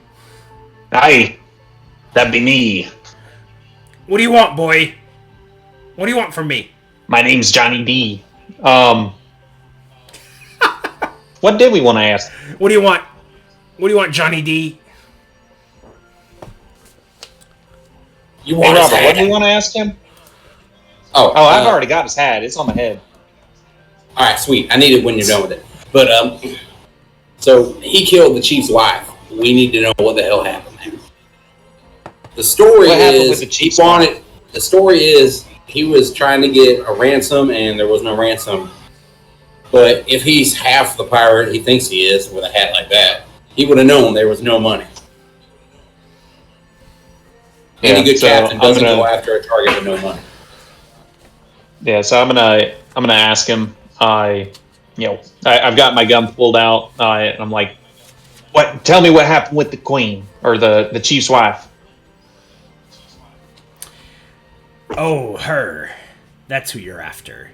Well, she's long gone, boy. She's not around here no more. Tell me. She was a lot more nicer than that old chief there. She wanted to work with us, build a pirate utopia where elf and pirate alike could work and live together.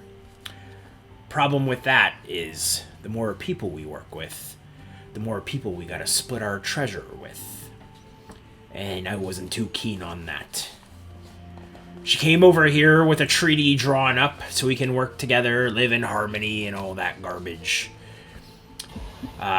We decided to kidnap her instead. Barter with the chief. We heard they had some kind of treasure, some kind of magical amulet. But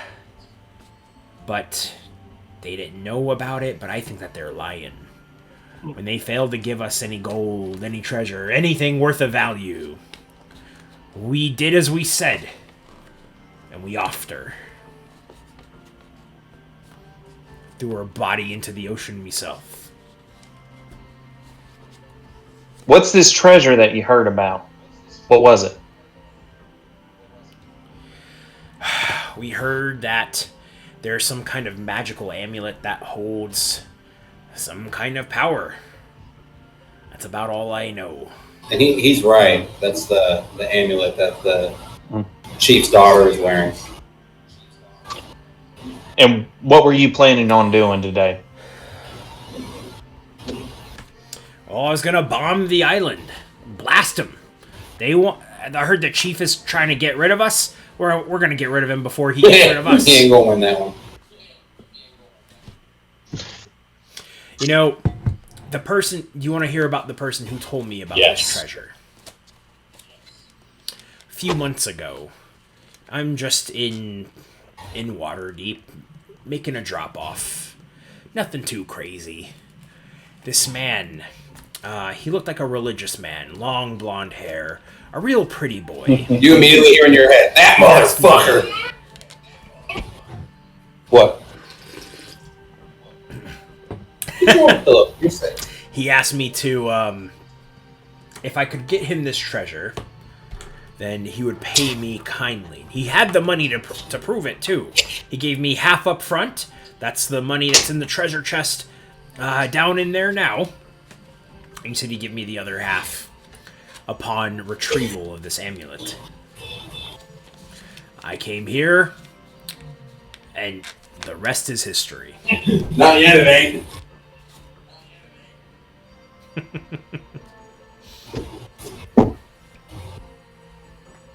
He gave me a little note.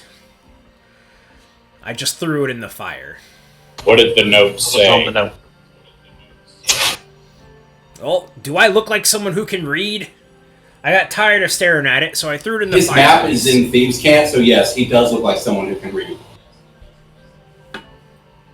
Thieves' Camp's more like symbols. It's not really like a written language. Steal the memory of the map, of the note. Oh, He got tired of looking at it, so he looked at it a while. Yeah, hit him with the pensive. Yeah, I'll see if I can do that. Good call. Sleight of hand. That's going to be 23. Sleight of hand. 23. You put your finger up to him and you like take something out. Wait, no. That's when you put it in. You snatch a memory from him. Do you shoot up right now? Hell yeah! I mean, it's probably not going to survive the reset. You start looking at it because you're seeing this through like his perspective. From his perspective, you know, the words really are kind of jumbled and blurry. Like he can't make sense out of it. So that's what it looks like for you as well. But you do see him just being frustrated and then throwing it in the fire and then immediately walking out here and then getting shot in the back by Xardaar. So you imagine that this note is still in the fireplace, and if you go up to it real quick, it's probably still... Yeah, so I'm going to go see if I can grab it. It's been like 12 seconds. Alright, so you run, you leave him be with Xardaar. You run into his room, and you look into the fireplace, and you find the note. What do you do? It's burning. I'm gonna try to put it out. You take it out, and there's still parts of it that are legible. The note, there seems like there might have been, it's on fancy paper, like it's nice and thick. On the bottom, you see like where a signature would be, but you can't really make it out. You read it, and it says, the necklace controls the night. Only the night can open the cave. Malibu. Yep. Yeah, Malibu. We Only gotta the open the night can open the cave. to get to whatever's down there. And is the I'm gonna get that. I'm gonna go ahead and just open up that infernal lockbox thing and get that scroll. You get the Scroll of Earthquake. Okay. You'll be in a few All minutes. Yeah. And I'd say, let's see, it was about 11:35, this whole encounter, tying him up, all that. Let's say it's maybe 11:40 or so. Yeah.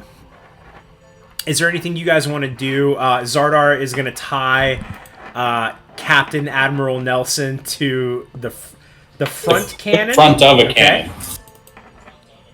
Oh, the front. And then he's going to set the ship on fire. What are you going to do with this crew? The crew is now loyal to White Fang and White Fang only. What is Zardar's allegiance here? Sorry, alignment? He has issues when it comes to people just killing family. Again, what is his alignment? Good. Chaotic good. The ship is going to fall apart before anything happens. So you're It's effectively just tying scary. him to a cannon and letting him sink to his death? Yep. No, the ropes are actually going To to drown. burn and separate. He'll fall off. If you're lucky. I didn't set the fire near him. Hey, if he's still doing what's good, he's being chaotic good. I mean, I don't think anything wrong. Guy's a bad guy. And Y'all Xardaar really has killing a bad unresolved guy. issues. No moments away from fucking killing him. Anyway. Why is killing him a different way bad? Yeah. This isn't. Yeah. This is stress relief. He's been dealing with some stuff. It's bad. I mean, you did die. It's bad if twice. it's different because we may kill people, but we're not cruel about it. I mean, we're gonna reset. Yes, probably at least one more time. And depending on how it goes, it might only be one more time. Yeah. I feel like we have. Now, if I am the one who ends up getting the killing blow on Syrian, I'm going to be cruel as fuck. There's no way that I am holding back anything. I'm Right? gonna be horrible for him. But that's different. He's anathema to you. Yeah. I don't think a random pirate who has surrendered is anathema to Xardaar. It's not like it's an orca. Right.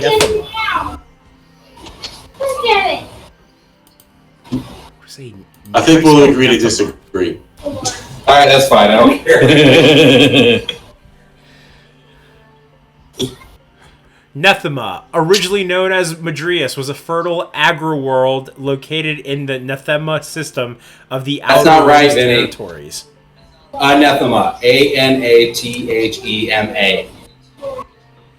Oh, A. There's an A at the beginning. It's like opossum. No, that has an O.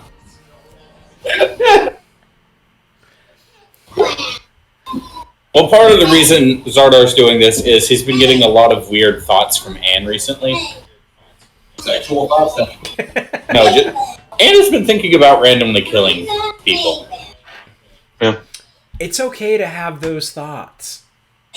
They creep in. And he, Dark boy. and he thinks acting on at least one of them will just kind of ease the pain of having to deal with it constantly.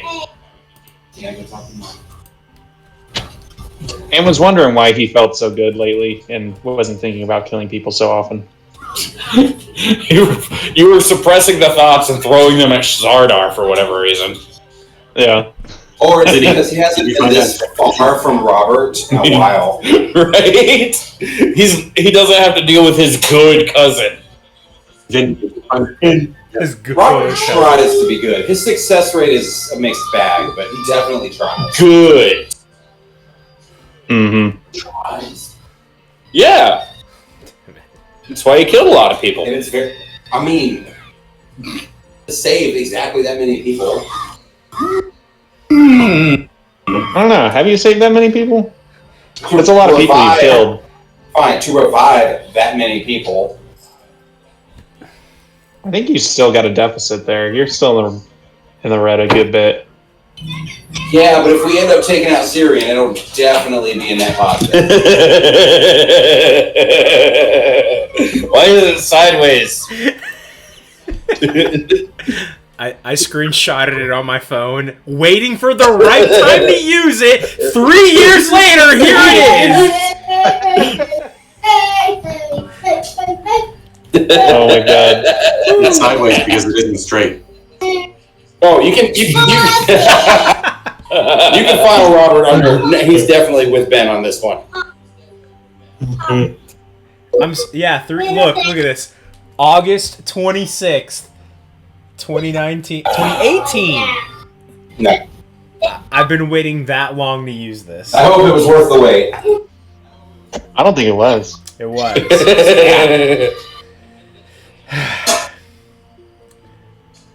The other one I have is this. Yeah. Every breath is agony, son. Yeah. Yep. I've been waiting, man. Okay, alright. I want to stay on this for a moment. Vinny, Did you screenshot that to use in your own defense one day? Because if that's the case, you have nothing to apologize for. We accept you how you are. It's too perfectly horizontal for me to... Well, I mean, I didn't take a picture of it. I did screenshot it. Yes. I was just waiting for the right time. To tell us that you've been having these thoughts? Who hasn't? Robbie straightened it up.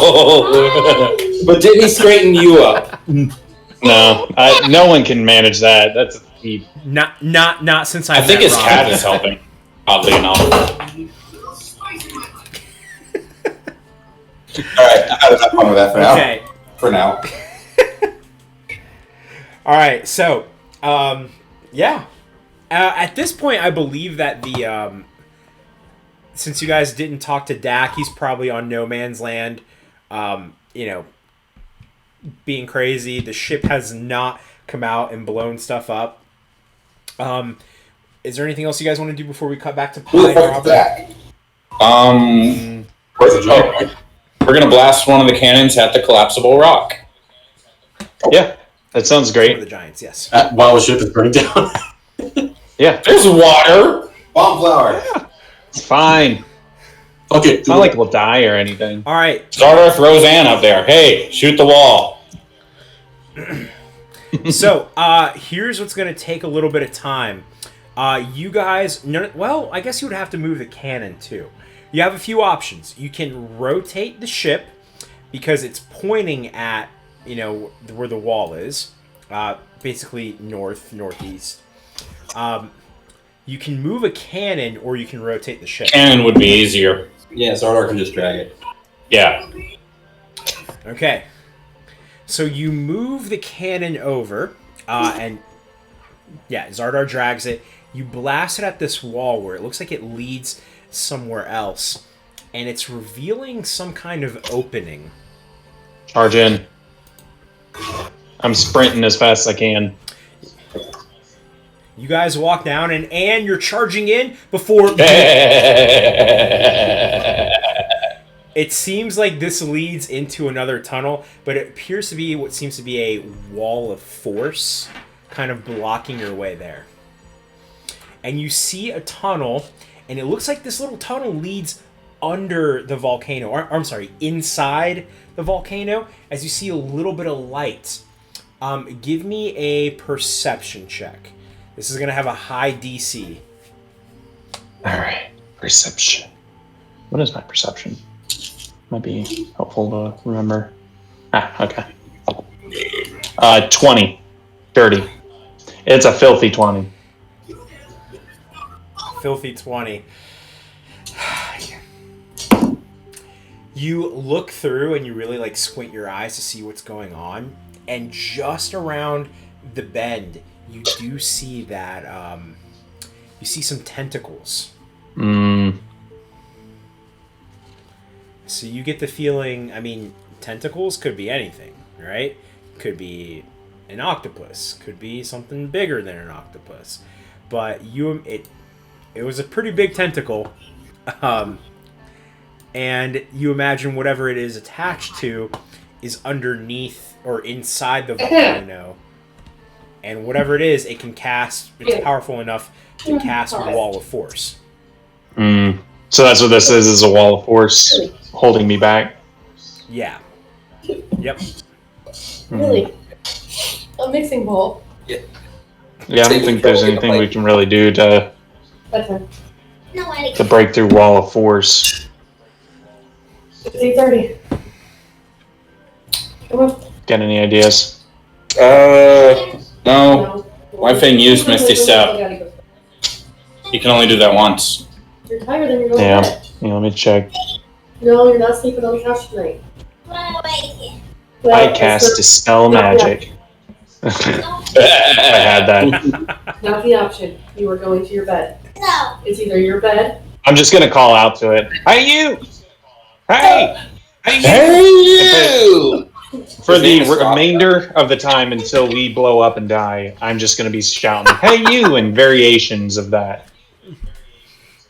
All right, so while you're yelling at this wall of force, Xardaar finds like a barrel of gasoline and is dousing the ship with it. Tech walks onto the ship, notices that Captain Admiral Nelson is tied to a cannon. He goes, "Hey guys, would you be mad if I just..."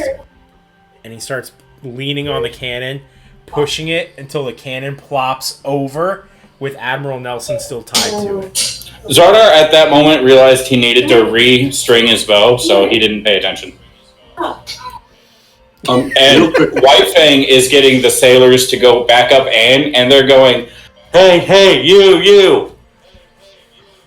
What was the name again? I don't like it, girl. Skofka. You could say Skofka. I've come to bargain like 1,000 times over and over again. Yes. Yeah. Nice. Well, Anne has chosen to die. Vinny, you get inspiration for that. Yeah. Don't use it in the Aboleth, though. I swear to God. Xardaar leaves to go drink with the giant again. Xardaar leaves, okay. Well, the giant, since no one stopped him, he's down on no man's land. Okay, I'm just going to steal his alcohol. He's not there. And it was a good drink. Yeah. It was, yes. Let's cut back to Robert and Pi at 11:40, I believe. So did we catch this part about only the knight can open the cave? Yeah. Yeah. You guys got that information. The necklace controls the knight. Only the knight can open the cave. Okay.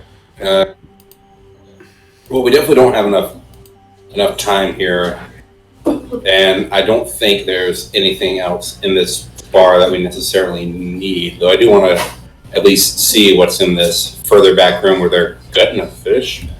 Yeah, I'm fine just hanging out at the bar, throwing back a few drinks. Well, I was going to say, worst case scenario, we can get on the horse and haul ass up the volcano. And then once we get close enough, fucking dimension door. Right, and then see if we can at least get some information about the necklace from the princess girl. Let's see. I'm just questionable about getting up there in 20 Well, minutes. you did at 11:30 because Pi was trying to drink from the thing. You left off from us at 11:30, not 11:40, because Pi was trying to drink from the tequila bottle. Oh no, Right, no, but we did that, and then we came in, so it might be 11:35. I don't know what I'm talking about. Yeah. I didn't come up with like a height for the volcano because I was just like, it's gonna take an hour to climb it. That's it, you know. I didn't come up with a height for it, but I already rung that bell. I can't unring it. So let's see. What did you guys win? Oh, you got information. Yeah, you didn't want his star banana. So you do have 20-25 minutes. What would you like to do? I mean, you still can investigate the closed cave. Is there any other locations Well, I mean, that we have? We need the knight to open it. We need the princess to control the knight. Wait. So you have a half-burned note. Can you cast mending on it, Pi? We can get there in time. Oh, yeah, you could. Yeah, if they're going to come towards me, I'll actually start heading towards them. Did we not get all the information off the note? No, it was like... Well, it was burnt. There's a little more to let's gallop over there. Yeah, so I'm going to start sprinting by the towards way- them instead of just screaming at this tentacle. I didn't put this image up here, but this is what Sailor Jerry looks like. Okay. Yeah. That's Sailor Jerry. I'm going to so enjoy looking at that in like 30 seconds. So meaty. Keep Sailor Jerry away from Robert's All right. Hey, maybe they're on the same crew. Wait, no, I'm Robert's girl, not Anne's girl. Okay. So you guys you communicate with each other about meeting each other halfway. Anne, what are you going to do once you get to the ocean here? Let me look at the map again because I don't remember how it lays out. Oh, I got to move you guys over to the Yeah. map. Dang it. I mean, worst case I scenario, separated you I guys. can get Robert over there, and Robert can run the rest of the way in. I mean, how'd Yeah, y'all so All right, hold on. does that Where path? would everyone be right now? Because I have a funny thought. If we're all running together to fix the note. Well, where your characters are at on the map is All right, essentially where y'all are at.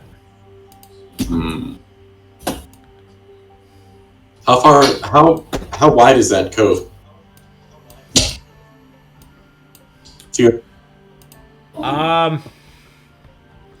It's about as, I don't know, 10 minutes-ish wide? How much? I don't know, it's hard to do distance when I haven't done distance. Well, and there's likely a small boat or something that I can use to get across the cove, right? Yeah, you know what, let's say that, like, there was a small sailboat on the side of the ship that you're able to lower and, like, you know, paddle out once you're done. I mean, how far away would that be?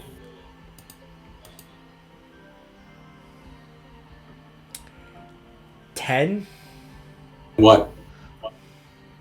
10 what? Units. Yep. 10 units. Oh, 10, No, 10 bushels. Physical distance. Physical distance? Oh, dude, I got no clue, man. 6. Well, a 10-minute mile you can do running full speed. That's, like, impressive for an average Joe. So walking half a mile would be 10 minutes, And right? So paddling a boat is is fast. a little bit faster than walking. Probably not like sprinting, though. If you're good at paddling, 2 people can get between 16 and 18 miles an hour. If they're good. Let's just say It's a number. if you sprint a 10-minute mile, then you can probably paddle a half mile with 2 people in 5 minutes. No, I'm just saying because as soon as they're within 600 feet, Xardaar's just going to shoot an arrow at them, and it's going to have the note tied to it. Most rowboats can travel at 4 miles per hour. So 1/8 of an hour is how long it would take to row across. So that's like 7 minutes. Okay. So let's say 5 minutes passes by. 3 beers too deep And for all this Xardaar, math. you shoot an arrow over. I'm 3 What was beers that? too deep for all this math. This is normally your domain. Yeah. Let's say okay, let's just simplify this. You guys do all this. It was 11:40 you guys started this process. It's 11:50 at the time that Robert gets close enough for Xardaar to shoot the arrow with a note attached to it. And Robert, you're either carrying Pi on top of the water, or you catch the arrow and then you run back to Pi. Pi, how heavy are you? And I've got like an extra 200 pounds of inventory on me. Okay, yeah. Robert's peerless athlete is worn off by now. I cannot carry that. It's all right. You shouldn't be more than a minute away. So Yeah, that's fair. I'll catch it and run back. You'll catch and run back. I imagine you run all the way out there. You've been sprinting. You catch this note. It's like, all right, and you got to turn back around and do it all over again. Yep. I forgot to mention this entire session that earthquakes were happening. It's all right. Here too. It's implied. Yeah, you were feeling earthquakes, and now this is the heaviest part of it. You get the note to Pi. Pi, are you casting mending on it? I guess so. Okay. The note starts to magically like heal itself. And it's fancy paper. It has from the Church of Syrian on it. And on the bottom, it's signed by Diamond. That motherfucker. Is there any new information on it in terms of like the, Yeah. the body copy? Underneath the note that says the necklace controls the night, yada yada. It says if you return this necklace to me, I will give you the other half of the gold that is owed to you. Alright, that's... So just confirming, like, you get half now and half. Alright, that explains all the gold he had in his ship's hold, so... Alright, fair enough. Okay, I mean, I feel like we got all the information we need. We just need more than, what? 10 minutes at this point? Yeah. I mean, the next loop might be the final loop, I think. I think so. I think you guys got everything. But yeah, now you guys die. How do you die? Oh, is Xardaar on the boat with me, trying to cross the water? I believe so, but I think if you kept rowing, you could catch up to Robert and Pi. Okay, so yeah, we If you want. just get to the other side. I assume Pi just tries to hide in the water. Do you guys just like sit in a circle and It's kumbaya? the gang dies, except they actually die. Yeah. Or the gang goes to hell, I think is what it was called. That's what it was, yeah. Yeah. Where they're on the I love ship. that one. Like, all right, guys. Last time, right? Like, we're fixing it this time around. I certainly hope so. My butt hurts. I think I'm missing something. No, but it is on fire. As you guys are like, oh shit, here we go again. As you guys Motherfucker. are sitting there waiting to die, you see Robert's dad running out. Guys, wait up! If I'm gonna die, I'm gonna die with you! I know that guy. And So does Ann. Like, all right. wait! Is that right. Xardaar? Hello. And before he can finish that statement, a huge hole opens up beneath him, and he falls right in shit. there. I've been there. That sucks. Tell your mother! Tell your mother I love I would have her. jumped out.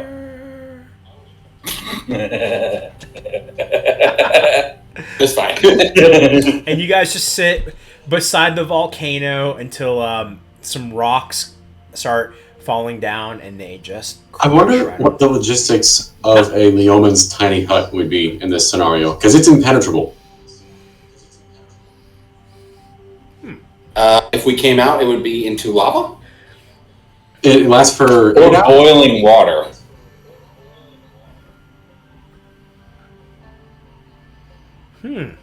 Does it But You it's know, a I don't fixed point, so you would have to come out to move it, but you can't move it with people in there. That's Well, what I don't think it Vinny would said matter before. because we're still going to reset. Yeah.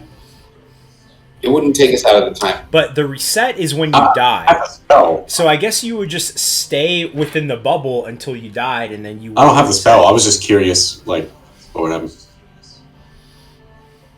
Then irrelevant to the scenario. Moving on. Moving on, we die. Curious. Okay.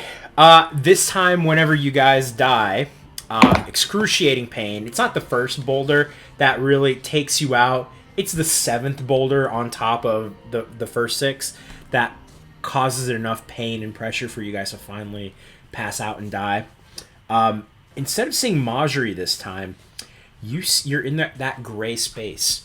And there was someone that was off in the distance. You couldn't quite make out what they looked like. But now they're much closer. And they look like this.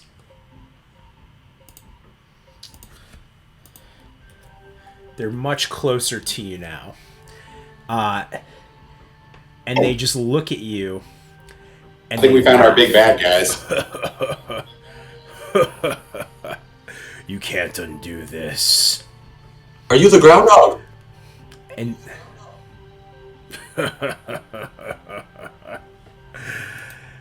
and he doesn't answer. Whatever, Mr. T.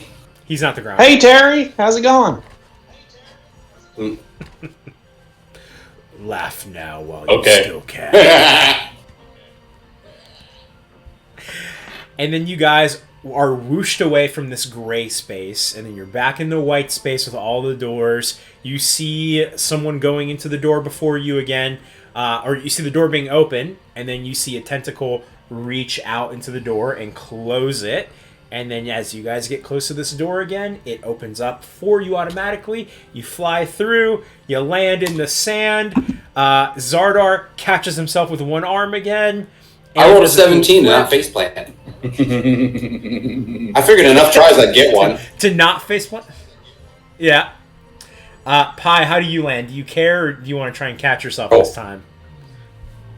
Rolled a 31 You to roll? avoid being pinned by Xardaar this time when I tickle him. That's fair. Nice. What skill is this? This That is, athletics or I just did a flat acrobatics? dex roll. yeah, I just did Or, Dex. yeah. Survival? So who do I fall on this time? To determine if the Survival. sand is edible, I don't think so. To not die. But you haven't died from the sand yet. Hey, I mean, I Just in think case. You never know. right? What's that? A 9? No, No, 21. you fall I don't know how you got flat. 9 out of that. Oh. You got a 21 19 plus on... 2, bro. Okay. You fucking... Yeah, dude, you land... I look dope as shit. I Yeah. land like a Titan from Titanfall. Nice. No, And you then come Xardaar flying falls on out you. straight up and you activate your spikes, but you skid through the sand. Does it sand? Yeah. You just leave marks. Oh, Please stay on. let's do one other thing. Roll a Guys, this time... Let's see. We start with a D6. Roll a D10 to see how much health you lose. I'd already rolled a D8, but fortunately this roll was better, so yeah, I'll take this one. Oh, that's a D12. Thank God. Fudge. I rolled a 1. I rolled a 7. Same fucking roll. I rolled a fucking. If you had said D8, it would have been a 5. But no, you said D10, so I rolled a 1. Wait, so Robert rolled a 1, so... I have now 9, 6 lost is my max. AIDS. What did 7. you roll, Xardaar? You rolled a 0. 7, so 66. So 59. I rolled a 0. That's a 10. And... I feel like he only. Alright, so I feel like he's only 61 for bumping this Ann. up because this might be the last Yeah, loop. so 2 for me. Yeah. He's ready for us to get out of this. Because otherwise we've got what, every round. 4 loops So- left. We're either going to die or we're going to make it out. Well, it'll be a D12 and then a D20, but hopefully you guys What comes after D20? made it out before the 2D20. I don't know, a D20. D69. I was contemplating doing like a +1 modifier that goes up every time, so like a D4 and then a D6 +1 and then a D8 +2. So I was contemplating that, but that seemed like Well, this was the second time we died? This is the third time. this is the third time. Yeah, third time. Yeah. We did a D4 the first time? Yeah, last session No, you we guys did died it twice. first time. No, I think I did a D6. Oh, did a D6, okay. Yeah. Yeah. Let's see. And Pi, how much did you lose? Unfortunately, I rolled the same thing on the D10 that I did on the D12, and that's a fucking 9. Ouch. So, Yeah. So 60. Dick. Okay. Well, you still have aid. No, I am AIDS. below my normal No. HP by 7 yeah, now. you're I normally below have that now. 67 as my normal max, not 60. Oof. Well, I got your spell slots too if you need those back. And then at this point, Malibu lands in, and it's the unskippable cutscene before you fight the boss that you can't skip. So you got to listen to it again and again before you can go. I I got. hate that in like a video game, you know. Dust. We need your help. Hey, Take guys, I us think- to the princess. Okay. Well, I think this is a good place for us to end. That's a good place for us to start, Yeah. right? Yeah. And I think, now I think there's 2 sessions left. Actually, with how fast you guys are going to figure this out, next week might be the last one. You do know where to stab an aboleth. So Depends. That helps. Yeah. In the neck. We're going to go through the cave and fight the aboleth. I'm pretty sure the body. that's it. Right. We just got to cave open because there's a wall Yeah. of force on the other end. Yeah, well, that's where the onion. And I don't think any of us knows disintegrate. The knight controls the entrance. He opens the cave, is what they said. That could be either the closed cave or the wall of force. We don't know yet. Probably the closed cave. Probably. I mean, while y'all go get the princess, I could see if Giant Man wants to help. Sure. Good backup, at least. Sure. Keep the cave from completely You and I collapsing. can go run off and do that. Anne and I can go get the princess. I think we want to wait to get the princess until after defeating the aboleth, correct? Well, No, we have to she get has the in there. necklace to control the Onion Knight. Like, we have to get in the cave, and so we need the princess for that. If we run out of time and we have the I guess we can make the wish. We just don't want to run out of time without the wish being Here's what made, you- because then we're Well, dead. it's only going to take about a half hour for Robert to get to her, or for anybody to get to her on foot, because Robert knows exactly what she's going to be. Here's what you got to be mindful of on your final loop. You need to set things in place, so if you want someone to like not die or save someone, you need to prevent that from happening too. Because like if it's 11:30 by the time you guys get into the closed cave, Dak will attack the PCs if they arrive. Oh, I'm sorry, boulders fall. Like there's still stuff that's still in motion. So if you want like Tech to not die, then you need to catch him before he goes into the jungle on the final loop. If you want the pirates not to blow up the village, then you need to, it's up to you guys. The decision is all yours. But once you get the necklace, you'll be able to expedite some things. So the necklace is priority number 1 then. Yeah. Though, we may need to briefly split to save one dude, stop a ship, stop a giant. Stop the ship. giant, yeah.